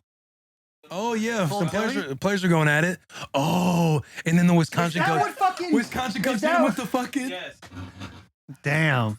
Is that what Big Cat was laughing about on Instagram? Yeah, Big Cat was having a great. Fucking doing the time cry with it. thing? Yeah. Get the fuck out of here, Big Cat. That coach threw the crotch shot so hard because he knew no one's gonna happen. He did the whole bye sore loser. Like, go cry about it. Get the fuck out of here. Damn, that shit's wild, dude. Dog, that was hilarious. You hit him with the DX, bringing the WWE back. Yeah, that's tough. Michigan lost. That's tough. What else we got, Alex? You want to do some free shouts? Ooh, free shouts. What do we got here? Free shouts segment of free shouts of the boys out there. Repping the brand. What's a segment of free shouts? Free shouts. So we always get people diving in and posting stuff in our DMs, posting stuff, tagging the boys, all that type of stuff. So figured we could shout some people out. Shout the boys out. Shout the ladies out. Shout Devin Bailey. Devin Bailey. Oh, should we put the headset on for this? Oh yeah, we gotta listen. No, give me. Wearing a Bussin hoodie. Oh yeah, 100%. is that how my voice sounds? Yeah. Coming in hot, straight out Austin, Texas, busting with the boys. Let's get it. So Texas. His voice definitely doesn't. Austin, Texas, bust with the boys. Fuck yeah, Devin Bailey. Hit that again. Let me see how fast that goes. Coming in hot, straight out Austin, Texas, Straight out busting with Texas. the boys. Let's get it. His voice does not sound like that in real life, dude. We need to find a real video of him. Yeah, But hello, my name is Devin. just taking that Yo. that chug butt to the head, bro. Go get him. Coming in hot, straight out in Texas. Like, talk less with your teeth, Devin, but also great fucking chug bud. Yeah, we're supposed to be nice to the fans, but we're also like chirping the fuck out of them. So you get, dude, it's a win. It's a win-win, win-lose, whatever you call it. The Beautiful. chug butt fired me up, man. Yeah, chug bud's been killing They're it, in the huh? store right now. You can go get the chug buzz. Pop them Chug things bud. on top. Chug bud. Yeah, there's a lot of ways to drink a beer. That's probably the most fun way to drink a beer. It's the most efficient. No question about it. Smooth. When you Down do the the chug throat. bud, yeah. When you do the chug bud, it really seems like you know how to chug a beer. Mm. It's like a PED. It makes you look better than you are. Yeah. You know? You would know. Hey, you gotta admit, man, you just fucking. That was. Hey, Will, slam this on my fucking head. Don't do that, dude. Don't do that again, bro. Bro, don't fucking do that again, okay? I got you, man. I didn't want to. I'm like, is he wanting this? I thought he was playing into the bit. That's terrible. No, I knew it was coming. All right, what's next? Anthony Jenkinson. Anthony Jenkinson? From down under. Oh, yeah? Quick 250 piece in the shop.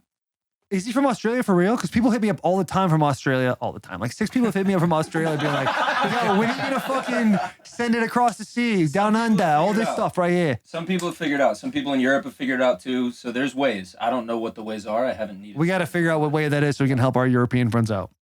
That is And ours. nuts. That the boys are international. No, like hey, we're worldwide. Australia and Europe. It's crazy, right? Yeah. Just like that. How do you even find it? Yeah, you find on any sort of app that you want to look at Spotify. You're out there It's doing your Spotify, Europe. iTunes, YouTube, anything you want. That's how you find Bussin' With The Boys. And then obviously after that, you go on the website, you type it in, you do subscribe, you unsubscribe, you subscribe. I'm You just do 5 thinking, stars like, in a comment. you out there doing Europe, you're out there doing Australia, you're like living your little life out there. Like, do we ever think of other people's like pods and stuff overseas? Mm-mm. Like I see like Lionel Messi and stuff, but I don't think, oh, yo, is this dude got a pod? You know what I mean? Like, how does it make it? Yeah. How does it make it to him? Lionel Messi. What's his name? Lee. It's not spelled. It's spelled Lionel. I was with Will on that. Lionel is pretty fucking dope. I was like, yo, they're making fun of Will. They look like idiots. Yeah, yeah. I was with you.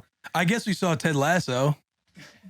Hey, you sound so American right now. Dude, I know I do. But that's why I'm so curious. That's awesome. I think it's so sick. Like people talking about I'm from Australia and Europe. I'm like, yo, that is fucking crazy. I think for y'all, You know we got the best entertainment though. Everybody's watching the show here. That At Bussin' or just America in general? Both. Column A, column B. yeah, I guess like, you know, if you're fans of the Titans and the American sports and stuff like that. Yeah. Yeah, but it's crazy to even think of the fact that like people are fans of the Titans outside of America. Yeah, that's true. Like, You know what I'm where saying? is Tennessee? Yeah. Dude, I'm not joking. When I first got drafted, some old lady asked me if I played football. I said, yeah. She said, where? I said, Tennessee Titans. She asked me if that was an arena league team. You know, I've told that story a bunch, but Yeah, like, now how is disrespectful. somebody in Australia be like, yeah, I fuck with the Titans? Right. I think that's wild. That's awesome. It's like, listen, I don't watch all the soccer stuff, but what do they call the international soccer? You're- I mean, there's like Right, like the Premier League. That's an example. Usually people are. JP talking down to you. I know dude. he is. I know JP's a huge He fan. had his arms crossed. He goes, Premier League. Yeah. But like usually if you kind of like a fan of soccer, I feel like you play into the favorite teams, right? You're not understanding every team that's over there. So I just think it's wild. I think that's cool, man. Yeah, it's rad. Shout out Jacob Anthony. well, yeah. he's the next guy, but yeah, definitely shout out Jacob Anthony. Yeah, Jacob Anthony. Dude, this is a different person. I'm like taking a trip right now. Well, give the other Yo, person how their in due. Give the other person their Yeah, due. the Who's other the other guy. person? The Aussie. Anthony Jenkinson. Jenkinson. This one's Jacob Anthony. Jacob Anthony. Oh, he's got the same fucking tattoo as me on his knee. Oh, Do wow. I further validate tier 1 or does this suffice? And he's got a wolf tattoo on Hey, his knee. make just that like bigger. Taylor. Make that bigger. Let me see that thing. Oh, that's it. Good All right. detail. That's solid, dude. I mean, it's a dope tattoo to begin with. Like, I don't own the tattoo. You know, it's nice to. Taylor trying to send a cease and desist. Fucking take a knife to his house. Fucking carve it off. Just get real aggressive. Just that, bro. I don't know, man. I feel like Where I'm. are you, bro? What are you talking I feel like about? it's Hey, I like get what you're saying. it's It's like a weird dope. gratitude of kicking okay, in of yeah, like, yeah. yo, this is wild, man. This is awesome. Yeah. Like, dude got a tat and wants to message us and be like, does this tier 1 validate? Does this validate me as a tier 1? Wait till That's you a see this fresh next one. tattoo too. He just got that when he sent Shouts it. out Jacob Anthony. For Yeah, that one. shout out Jacob Anthony. Like, he dude. had that shit. Oh my Shout out god. For the love of God. This one. Yes. No way. Like, you love the boys that much. You got the bus tattooed on your And that tattoo goes fucking hard too. his arm, Yeah, his arm. like inside. I think inside. Yeah, looks like inside. Yeah, Look at that, He's man. got some beefy arms, bro. Some beefers. Bussin'. Yeah, like that's so fucking That's rad. fucking cool. It is super weird to think that people just like to listen to us. That's kind of a weird concept, isn't it? Yeah, but we have a good time around each other. Yeah, but doesn't mean everybody else is going to also. We enjoy each other's company. It's like, oh, a lot of people are like us. Yeah. This is like we're just gaining friends every day. People Yeah. just come in and being friends with us. All right, I'm jumping on the gratitude train. What else we got? Did we? I forget if we talked about this off the pod or not. But did we talk about cuisine yet? Ooh, Kuj. Hey, this is what Nick was telling me about. Nick who? Nick, your boy Nick. Nick Bennett? Yeah. What's cuisine? Sounds Cuisine, inappropriate. he's like, dude, cuisine. Look at Jack. There he goes. So this He is like the second tastes one. food. Oh, this fuck. And then when you said the ha ha ha, Yeah. Nick was like, not asking sure what's me- funny. Yeah, Nick like sent me a video of this guy and we were kind of on the move. So I saw it. I just figured it was a funny video. So I just put ha ha ha ha. And not understanding that he was wearing a Bussin' shirt. And Nick was like, so do you know him or what? I go, it's just funny. Look, I go, it's just funny. Look at him. without ever listening to the video at all. Yeah, I So didn't what listen is- to the video at all. What does cuisine do? He just he'll cook sometimes. He'll review food. He's just on here always doing stuff with food. He's got a goatee. So this actually is the second one. He's done 2 now with this crew neck on. He did this one today. This is him today? Yep. With a Bussin' shirt on. Dude, this is the second time. Oh, this guy fucks with Bussin'. Well, let me hear it. I want to hear him talk. His voice is so good. So good, bro. Honestly, can't go wrong with a fucking sausage, egg, and cheese. Oh, yo, I did not expect his voice to be like, honestly, can't go wrong with a fucking sausage. My life. Need about 18 Tylenols, 40 gallons of water, 14 IVs. Tylenol. Where is this guy from? Struggling. Yes. Winning most. I'm lying. I'm losing most. Win some.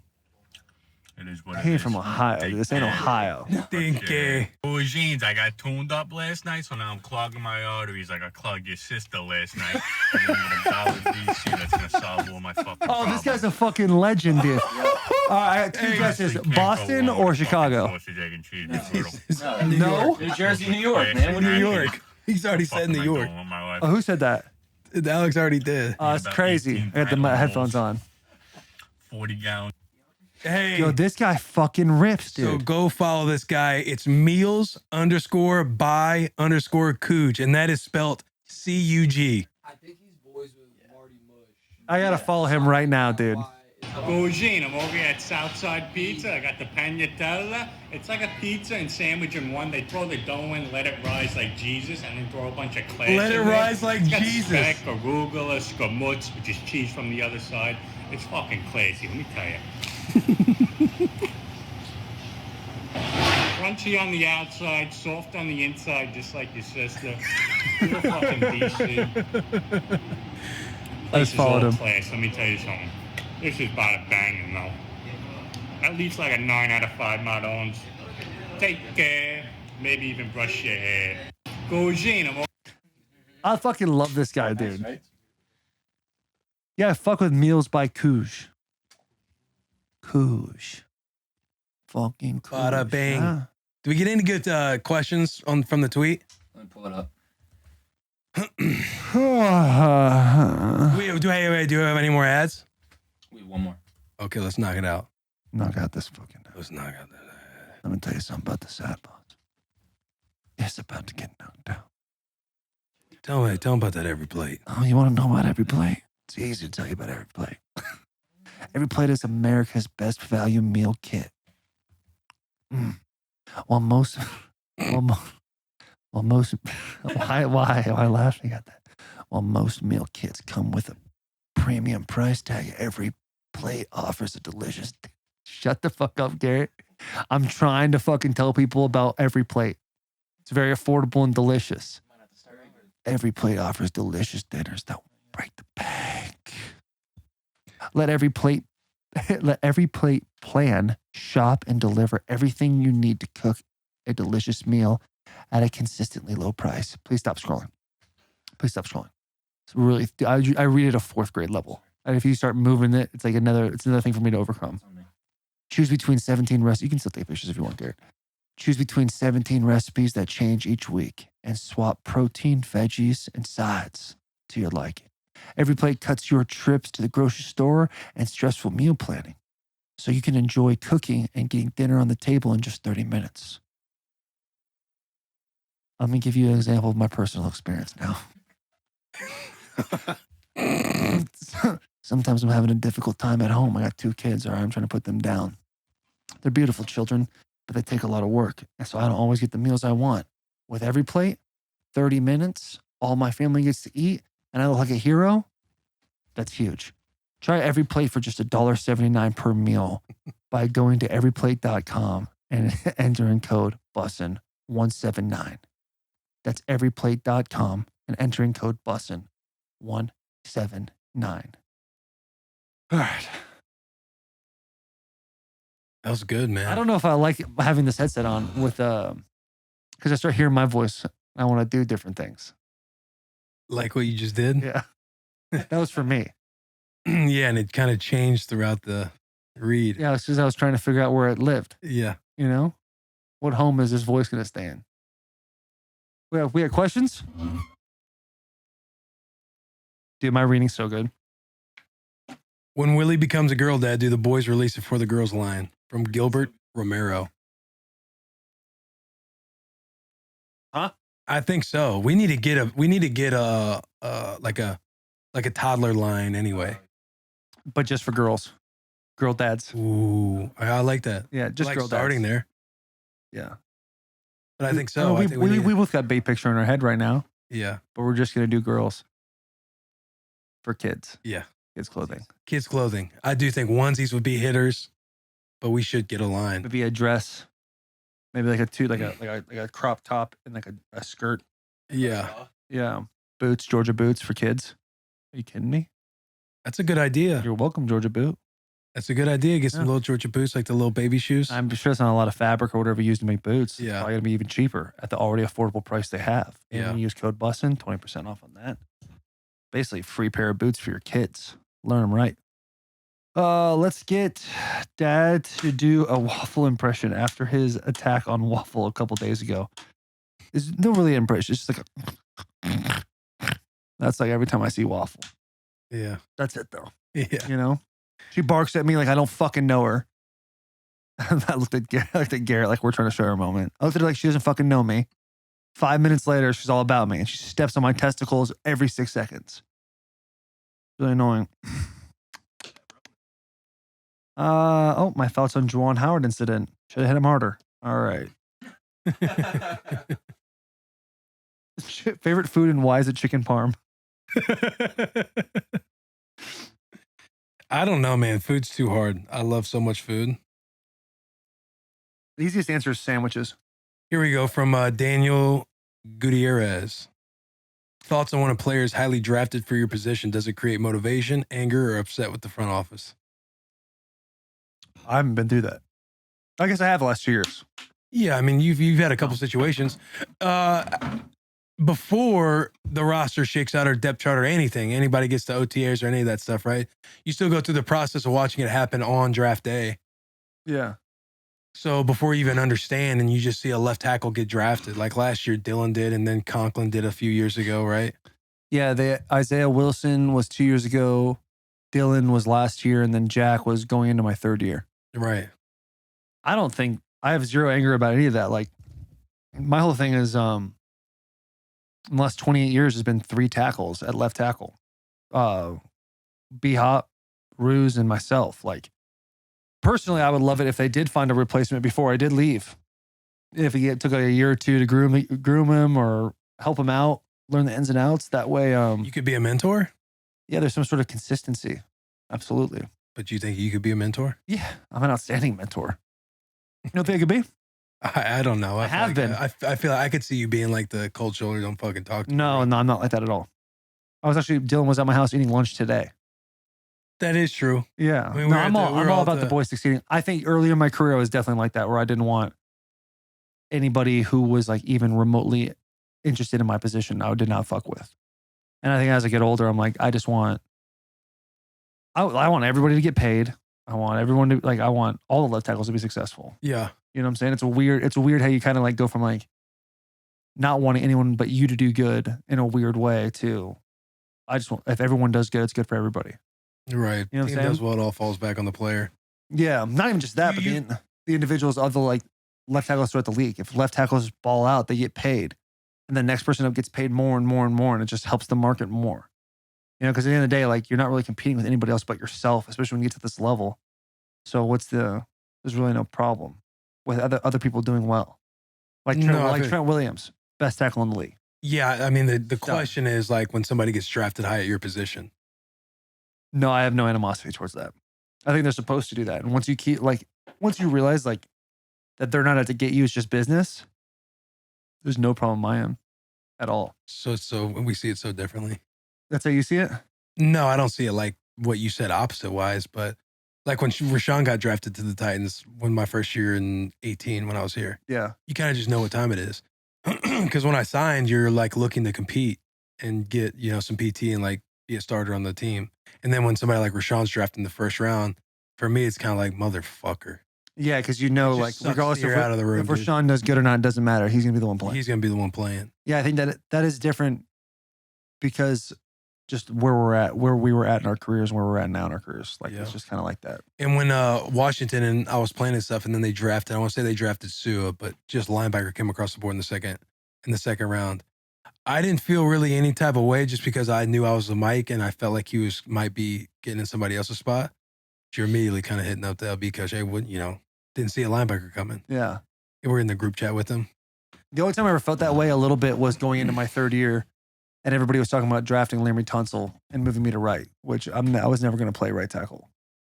And then we traded back after I had a conversation with John, and then we traded up during the draft to 8 to pick up Jack.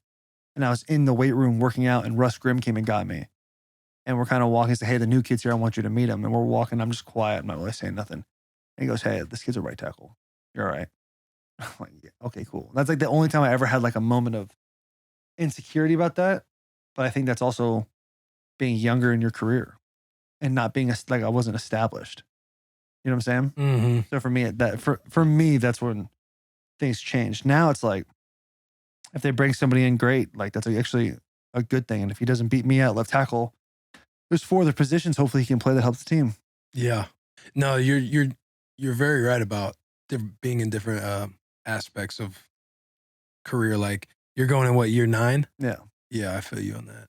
Because in the younger years, you catch up to the boy. Trying, man. You better watch out now. I might get a year 10. You have to put a couple of years. You might have to you might have to put a couple more in. Is that a possibility? You're actually going to do 10? You never know. God. Never say never, man. Justin Bieber said that first, and I believed it ever since. That's outstanding. But yeah, my head was always on a swivel every year because Different situation. Yeah. You're not seen like, for me, I wasn't seen as like never going into an off season as the guy for the next year. Yeah. So I remember a coach came up to me, Aubrey Pleasant. I think he's the DB coach for the Detroit Lions now. Awesome coach. And he was just the assistant at the time, assistant DB coach. But he came up to me because he knew I kind of like, I'll just be like, I'd be curious what was going to happen. Like, hey, what are they thinking for the draft? Blah, blah, blah. He'd be like, Comp, as long as you always know you're going to have to be the guy that scratches and claws and like you're just going to have to earn it every year and you're okay with that, then you'll be fine. Damn, that's a great advice. Yeah. He's like, because you'll never, he's like, and I'm just keeping it real with you. He's like, you'll never be seen as the guy. And that's just for, scouting, all the stuff that happens. Like, you just won't be seen that way. Coaches could see you and be like, this will be Will's spot, blah, blah, blah. But he's like, there's so many different variables and factors. He's like, as long as you understand that no matter what happens in your career, you're going to have to earn it. Like, and you're okay with it, then you'll be fine. Now it was kind of like, it's kind of like, damn. I mean, he's right. Yeah. How did you feel about that? Because everybody wants to be the dude. Yeah. Yeah, exactly. Like, it kind of sucks because, again, you want to be the guy. Like, you want to be the dude. You want to change the front offices and the coaches' perception so badly that you can be a great player in the league that, you're looking for every which way to find an edge in the offseason to get like that 1% better all the time. And so when you just know you're kind of put in that box no matter what, it just kind of sucks. And then you just got to realize like the whole nobody's coming to save you mentality thing. Yeah. You just you gotta just keep on fucking pushing, man. Because it's like the reality, right? Like what stress or worrying or anything else is gonna help the situation? It's like nothing. Like he told me, he kept it real with me, and you kind of just know from then on out, like I'm just gonna have to fucking grind every year. Yeah, I wonder how that's gonna look to kids as they're growing up now in the world of social media we live in, because everybody sees like success. When we were growing up, we didn't really, other than the newspaper. Like you didn't really see like the massive success people had. And when you watch them on TV and now like everyone kind of sees the end result right away all day, every day. It's like, where's the work ethic? Where's the work ethic going to go? Right. And all the quote unquote branding and social media and stuff like. Which people, I'm sure there's guys that played before me at Michigan. There's guys that played before me at the Titans and played before me anywhere who knows who I am, who are probably like, this fucking guy, like he just thinks, oh, he's gonna do social media, he's gonna do podcasts. I'm sure like dudes think about that about you, but it's like, if the world's changing, you got to change with it, or it's not gonna work out. Adapt or die. Right. Exactly. I just wonder where that's gonna go. Yeah. With these kids. Yeah, especially because kids are so easily influenced. So you see a kid, right, who has like maybe a big social following that kind of is seen as like a prodigy. Like you're so easily influenced as a kid. That kid's getting it. All these other kids are like, I need mine to kind of look like his and look like that. They obviously already mimic us and athletes and pros and stuff. Mm-hmm. But you see a kid getting love like that, you start to realize like, maybe I need to start doing this. Hey, mom, dad, film me doing this, or your friends. And yeah, who knows? It is going to be interesting how like the landscape will kind of look with all the, social media, the work ethic, everyone's getting a ribbon or a trophy. Yeah. Something as small as like even having a blue check on Twitter. Like when we were coming up in high school and college, like you couldn't have a blue check unless you had to know somebody. You had to know somebody, and you had to like be getting drafted. Right. Or like be in the league or make the 53-man roster. You had to achieve something to get it. I see dudes all the time who have like blue checks and they're in high school. And they're stoked. They're so fired up.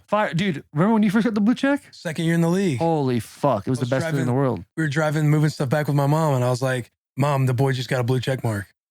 And what'd she say? She said, what's that? That's fucking awesome. Don't worry about it. Just keep driving. But it's the best. And you think those kids, like, what's going to happen when it's all over? Like, you're done playing. And people just don't know who you are anymore. Yeah. I mean, that ultimately is what happens. There's a lot of guys that I played with who went and got drafted and then came back and are working day jobs like real estate agents, accountants, all that type of stuff. And they're verified. Verified. Yeah. Verified real estate agent. Yeah. Not for that. Just because they got drafted. I know. It's crazy because you kind of like... All it takes is a couple generations and we're all forgotten about. Oh, yeah. But like, how do you deal with being forgotten about when you're done? Like for me, whatever, when I'm finished, I think getting over the fact that people aren't going to know who I am. But take Bussin aside of it because Bussin will obviously curve that. Well, but yeah, But as like, here, though, it's if kinda I hard was to- just a football player with my personality, which a lot of people have like a outgoing personality, want to go and play football, and then people start to notice you are. That's a great feeling. And then like, Yeah. how do people handle that when you can't go play under the lights anymore? Like what happens after that? Yeah, no, You know what I'm saying? yeah, bro. Like it's just kind of like that part's over, and then you're in an identity crisis. That's Like- why a lot of guys have struggled so much. I think transitioning is you go for from sure. this roller coaster ride, right? Now you're trying to think, what's the next roller coaster I'm trying to chase? Like, what's going to give me this high? And then you kind of don't know what you want to do because you spent the whole time in the league not, being curious enough and figuring out what you might do with life after football. Then you get out of it and you're like, oh shit, most of my life will be outside of football. Oh, for real. Yeah. That's crazy shit. It's wild how lucky we are just to have this bus, and that the shit just kind of worked out. Yeah. Because without that, like, there would be no. You'd be transitioning from ground zero. You would, Yeah, and I think eventually I I'd be think- transitioning from ground zero. We'd just be trying to figure it out. I think I Hopefully, the transitioned- investments that we had would work out. But like, this is kind of something that, in a weird way, there was a lot of work involved, but like, kind of fell into our lap, and we were able to pioneer something that nobody else was doing at the time. Yeah. Identity wise, we'd be starting from ground zero. I Yes. mean, the head start that we have on the real world. That's what I'm playing in saying. the Yeah, league. yeah. Obviously, your head start's a little. You deserve. I mean, I'm not saying you don't deserve No, it. I I'm feel just what you're saying. I'm just saying we start off with millions of dollars. Yeah, even if you play 2 years in the league, like your head start is awesome. Right. But yeah, having I'm not this talking about financial. I'm talking about from a like you identity as a human crisis. being. Yeah, you kind of feel like Because you live in a fantasy world. right. Yeah, we're like, for lack of a better term, coddled. Like we're put on a pedestal. I don't think there is a lack of a better term. I think that is the term. You're silver spoon your whole life. You go to a major university, a Power 5 school like you and I both did. And like for me, Oh, hang on. I got to correct the silver spoon. There was no silver spoon my whole life. no, I'm saying as an athlete, just the phase of being an athlete. You say, we're silver spoon. No. You go to university. We know how the boys grew up. Yeah. I'm talking about when you get to college and like, well, everybody else is grinding through it, trying to keep their grades up while paying for school. Like we like kind of fuck around, party, work out. And then you're like, with me, I'm sure you were a good student. I was not a good student. I was going So to be up at an academic center, like they basically like the life of a student athlete is a difficult thing to do because of how much your time is taken up, but your hand is held the entire time getting through, like passing school. Right. You have all the resources to be successful. All the resources. So It's kind of on you if you want to fuck it up. So if you kind have of a full you ride. get like I'm not saying you did this or I did this, but like you get like this feeling of like you can kind of do whatever you want because what's the entitlement? That's the word. You get a feeling of entitlement because like you're granted all these things that a lot of other people can't have. And then God Mhm. forbid you make it in the NFL and you're like in the NFL now living the dream that everybody else wants to live growing up. And then you have an off season. That's why so many dudes get in trouble. Their first off season, their first and third off season. It's wild. Yeah. No, you bring up a good point. It's got to be. It's just crazy. Like when did you know you'd be going high? In the first round? Yeah. When I got my first scholarship offer to Utah from Utah State. No. I mean, did you really know you were going to be drafted? Oh, I knew it was gonna be a first round pick. The second I was Utah State, it was But I spring feel ball. like that's kind of delusion. No, I You're straight kinda up, all right, delusional. yeah, okay. Well, Utah State. yeah, the Aggies. When did you start?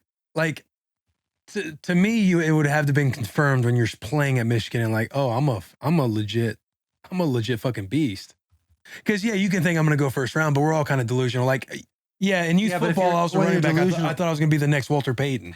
You mean when was it confirmed? When was it confirmed to you? Oh, You're when like, I got drafted, because but I'm saying in school at Michigan, you would have had to have known you're getting sized up with everybody across the country. yeah, Like, when did you know? Oh, I'm a legit ass dude in this country.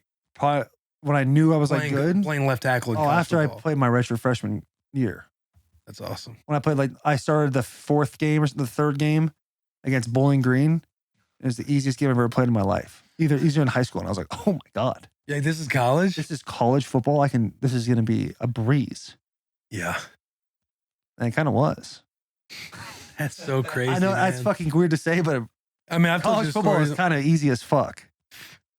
Isn't that just weird? Yeah, I mean, fuck, that's awesome. I remember being, oh damn, water bottle. I remember being in college and legit just telling us, yo, just do it like this. It's not that hard. And dudes were like, what the fuck are you like getting mad at me? I'm like, bro, just fucking, it's easy.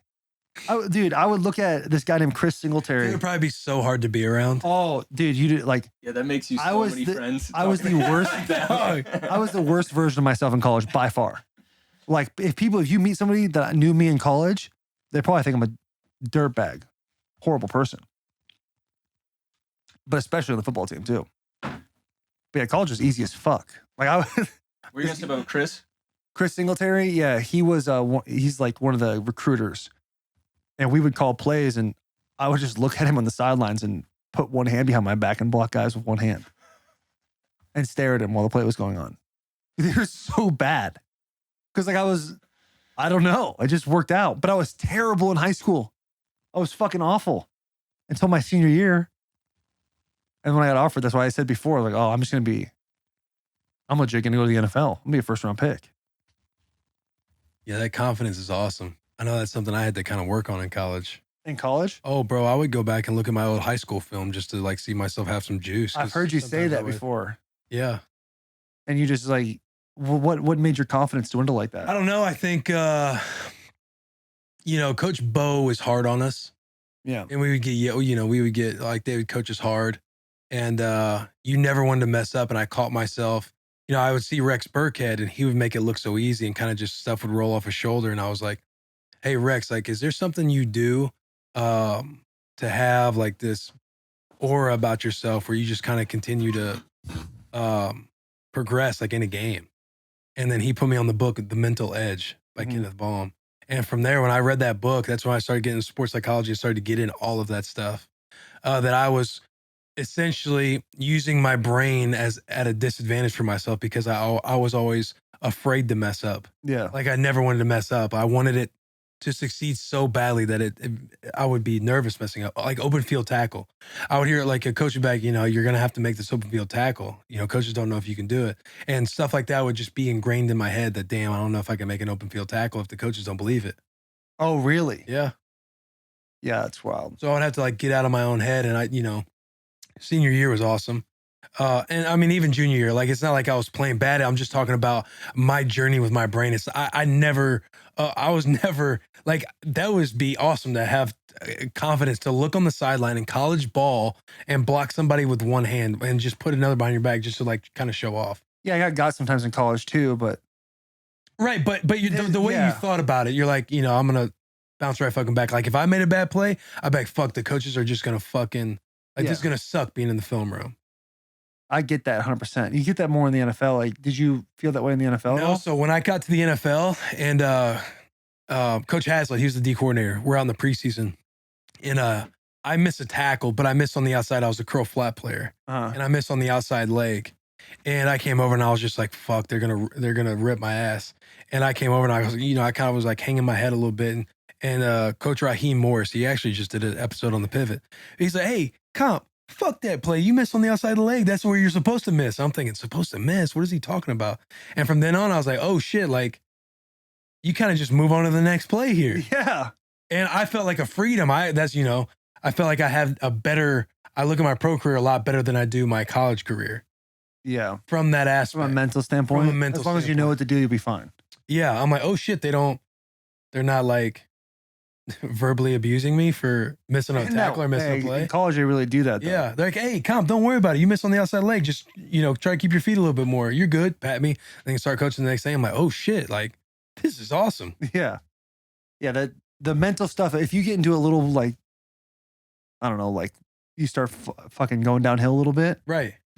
That's hard to get out of. Right. Especially if you're in the middle of the season like I was this year. Yeah, I mean, it seemed like you were kind of dealing with that after the week one. Yeah, fucking big time. We talked about that a little bit. We talked about in the podcast too. Like, the first 3 weeks after that was like, am I going to be okay? Right. Is life going to be okay after this? You're like doubting your ability. Yo, 100%. And now it's like we said, we get farther removed from it. So you feel a whole lot better. You start working on the mental stuff. When you start working on the mental stuff, it makes everything easier to understand. And you start realizing you were all good. Like that's all that shit happens. Yeah, for me it was never about like the play. It was about putting my worth in my ability. And if I wasn't able to do that, then I wasn't worthy of anything else. And so for me, it was like being, like as a kid, the only time I was given love or affection was when I achieved something. So if I'm not achieving the things, whether it's a Pro Bowl or an All Pro, or at the height of whatever I'm doing in college, high school, then I'm not going to get, I'm not worth it. And I'm a failure. That's kind of what we were talking about last offseason. I was like, I'm going to the Pro Bowl again this year. Like, well, what if you don't? I'm like, well, then I failed. And it's fucking over. You know what I'm saying? And here we are, like tough, literally, man. It's crazy because like every single possible fear has come true in the last 3 years. I failed. I got a PED. I tore my ACL. Came back from the ACL. Wasn't as good of a player as I could have been. And it's like, well, there's nothing really to fear anymore. Like it's all over. Like, and you realize like, yo, I put so much goddamn stress on myself for nothing. For what? Yeah. So I can have somebody that I don't really know tell me I'm good. Yeah. Because people will be like, hey, Will, what would you have done differently, like back in, or how great was college and stuff? And I'm thinking to myself, like, man, there's some stuff I kind of just don't remember because I feel like I just want to not think about it because I want to tell that young self, like, yo, stop putting so much pressure on yourself to be like perfect. To like do like, yes, all that stuff helped me. Like I wouldn't change it at all. I don't want to change my story at all. But the way I thought about it and the same thing, like you're so good growing up through like little leagues and high school. And if you weren't like the man, your worth, then like who are you? So I feel like I can't take any, like when it be season or times where I'm like not drinking or anything like that, like no, I can't do that, like I gotta be this, I gotta be that. Yeah. Like, yo, comp, like loosen up a little bit. I was the same way my senior year of college. Yeah. One drink, didn't do anything. We lost Ohio State and I went off the deep end fast. But yeah, like during that I was like wouldn't drink or nothing. Like for me it was like I was talking to this like a sports psychiatrist. His name's Armando. I still talk to him and I'm like, he's like, we're like trying to break down like what the issue is. And he's like, pretend you're in a room and you're talking to your younger self. And he's like, tell him it's gonna be okay. And you're like sitting there like trying to like hold back tears. He's like, you can cry. So I'm like crying, just trying to talk to this 5-year-old me saying, hey, I love you no matter what. And then you go to play the game. And like, even before I go to play the game, I like think to myself like, hey, no matter what happens, I still love you. And then things got way better after that. Because you stop giving other people like value and how you feel about yourself. You know what I'm saying? Yeah. I almost choked up even talking about that. I was kind of watching you. I almost lost it right there. I was kind of watching you getting a little like, you saw me, I was like, he's getting in it right now. And then yeah. So yeah. Because we're advocates for therapy, but being in them therapy rooms, man, like there's nowhere to go and you got to sit there and talk through like what your fears are. You can't distract yourself. You can't move on to the next conversation. You can't make it about the next person. Like if you're trying to get to someone with me, I can't just all of a sudden make it about you or JP or Garrett. You got to sit there and like talk through stuff. Like, oh no, let's go back. Like talk about, you were saying this, go more into that. Yeah. But yeah, man, I feel you, bro. It's like, and we're obviously not up here advocating saying like, oh, I should have fucking partied my ass off. It's like, no, I should have just understood and had a little more perspective and like given myself a little more grace with like, yo, stop taking this shit so seriously because you're like identifying with it. Like that's what it's all maturity good is, if you fail. Like that's where your best learning comes through failure. Yeah. Yeah. Because if you never lose, then you're not really going to gain anything. Yeah. You really need in life. Yeah. So, no, I'm with you, dude. And you just said something. You just said something before I said learning is experience. I mean, you can't teach experience because you're right. Like people do got to kind of experience their own thing. I think about that all the time though. If I could go back, if I could just go back and do one more year of this or do that, it's like, yeah, but you wouldn't. If I had the same mind as I did, if I had the same mind now and I go back to high school, yeah, I'm gonna thrive. But then I wouldn't have had half the things that got me to this point yet. Yeah. That's a weird deal. We wouldn't be who we are now. 100%. But saw a little ending. We were just kind of talking shop right there. Yeah. Hey. What? You're an interesting guy. You know what's going to be a banger is this fucking Nissan Stadium Predators game. That's going to be hype. We need to make shirts. We need to make Pred shirts. I believe that. And if people have stuck with us for the hour 56 minutes, they've made it all the way through this. Let us the know. tier Let us know if ones- you want them. The tier ones are The for tier sure ones gonna are do out it. there, man. There's more and more tier ones every day. Yeah. It's getting wild. Keep dropping the comments, man. If you're listening, subscribe everywhere. Apple, Spotify, Everywhere. everywhere, man. But mainly Apple, Spotify, and YouTube. YouTube's a big one for us. The Yeah, we're really subscribers working have on really, the we're really working on the YouTube. But I don't want to neglect the boys at with the Apple Pod and Spotify. No, I would We never need want to do those that. subscribes. Need them all. Because we're kind of stagnant. Our YouTube's growing, right? Mhm. We're growing at a good pace on YouTube. But our Spotify and Apple's been a little stagnant. We could get a little, if you're listening right now and you can do an unsubscribe and resubscribe deal, one of those deals, get That'd be- back in the algorithm a little bit. Help And us out. You can do ratings. Holy fuck. Rate us 5 stars, boys. 5 We stars on need Spotify. that, man. We got to boost these numbers. Got to boost them. We got some guests coming up too. Hitters. Ryan Whitney, Spittin' Chicklets. Big time. Bert Kreischer. Can't fucking wait. I just watched his Sunday Conversations. Bert. Yes. Dude, so funny. Dude, so fucking His funny. laugh is like infectious. Infectious. He's a beautiful man, too, reminds with me- a beautiful soul. Caleb's going to come on with his boy Cole Holcomb. He's a All right. linebacker for Washington. Cool. But they're going to come on. Who else have I mentioned? Mike Alstott is in the works right now. Yeah. That's not finalized. Schneider, that's more of a reach. He'll be in town. I'm trying to get. These are people that I know are confirmed. Lionel Messi. Oh, Yeah. I'm talking with Wallow. Dwayne The Rock Johnson. Yeah, The Rock. Hey, I think who we need to get on here is fucking Johnny Knoxville, dude. I would love that to would have be, Johnny. that on would this be thing. such a hype guest. Outstanding. And Have you you know, seen the new Jackass, by the way? I haven't. So fucking funny, dude. I need to go see It's it. so good. Yes, it's hilarious. I'd go see it again. Absolutely. Johnny Knoxville would be awesome. We need to get your boy Travis Pastrana on too. I would shit my pants. I know. I want to see that. I'd probably be sit here and uncomfortable. just kind of watch, like, just the smiles, and I just kind of watch you talk to him. Do you ever see the Like, yeah, Chris Taylor's so hype. the Chris Farley show on SNL? Do you ever Oh watch yeah. those? Oh yeah. That's how I'd probably be. Do you remember when you did the double backflip? It's pretty awesome. And you'd be like, yeah, okay, Oh, I think the Nelk Boys might be coming on. let's fucking roll with that. Yeah, dude, it's the bus is moving Yeah. figuratively. The bus is moving figuratively. God, I love this bus so much. And I think we're gonna get some new equipment. And we're gonna get some equipment stuff going on, right, Blasi? That should be coming soon, but the boys are rolling, man. Maybe get a new mic stand. Yeah. We've had these ones for the last Yeah. 3 years. Maybe we Yeah. get some new ones, some niceys. Upgrade a little bit. We need to get Ray back on the bus. He won't. He's a sellout now. He won Coach of the Year. You can't tell fucking Rabel He, nothing anymore. He tried chirping me last night. He took a screenshot of the jersey thing, and he goes, "What do you got, a jersey for every game?" And I said, "You got to follow the rules like everybody else, man. I can't make any promises." Yeah, he's probably skiing somewhere right now. Just fucking loving himself. Just sitting somewhere, looking in the mirror and beating off. What? Because he fucking did it. Just stare in the mirror, I'm stroking picturing that just thing. talking to people like, Yeah, I get it. He's fucking talking. He's Coach telling of the some year. bellhop at some fucking Aspen resort right now why he should be doing this job better. Yeah. And hey, trust me, you should believe me. Holds up the Coach of the Year trophy. You should fucking see. What do I know? I only played 14 years in the league, won a few Super Bowls, Coach It's of the it's Year. just like, can I just get out of my smoke break? like- Talking to a 5-year-old. Yeah, yeah. You want to be something someday? Shows him the trophy again.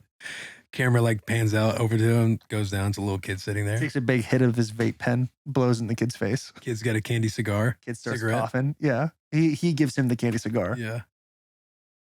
Yeah, very fucked. Yeah. So go subscribe. I think we've done it. Yeah. This is like See you, boys.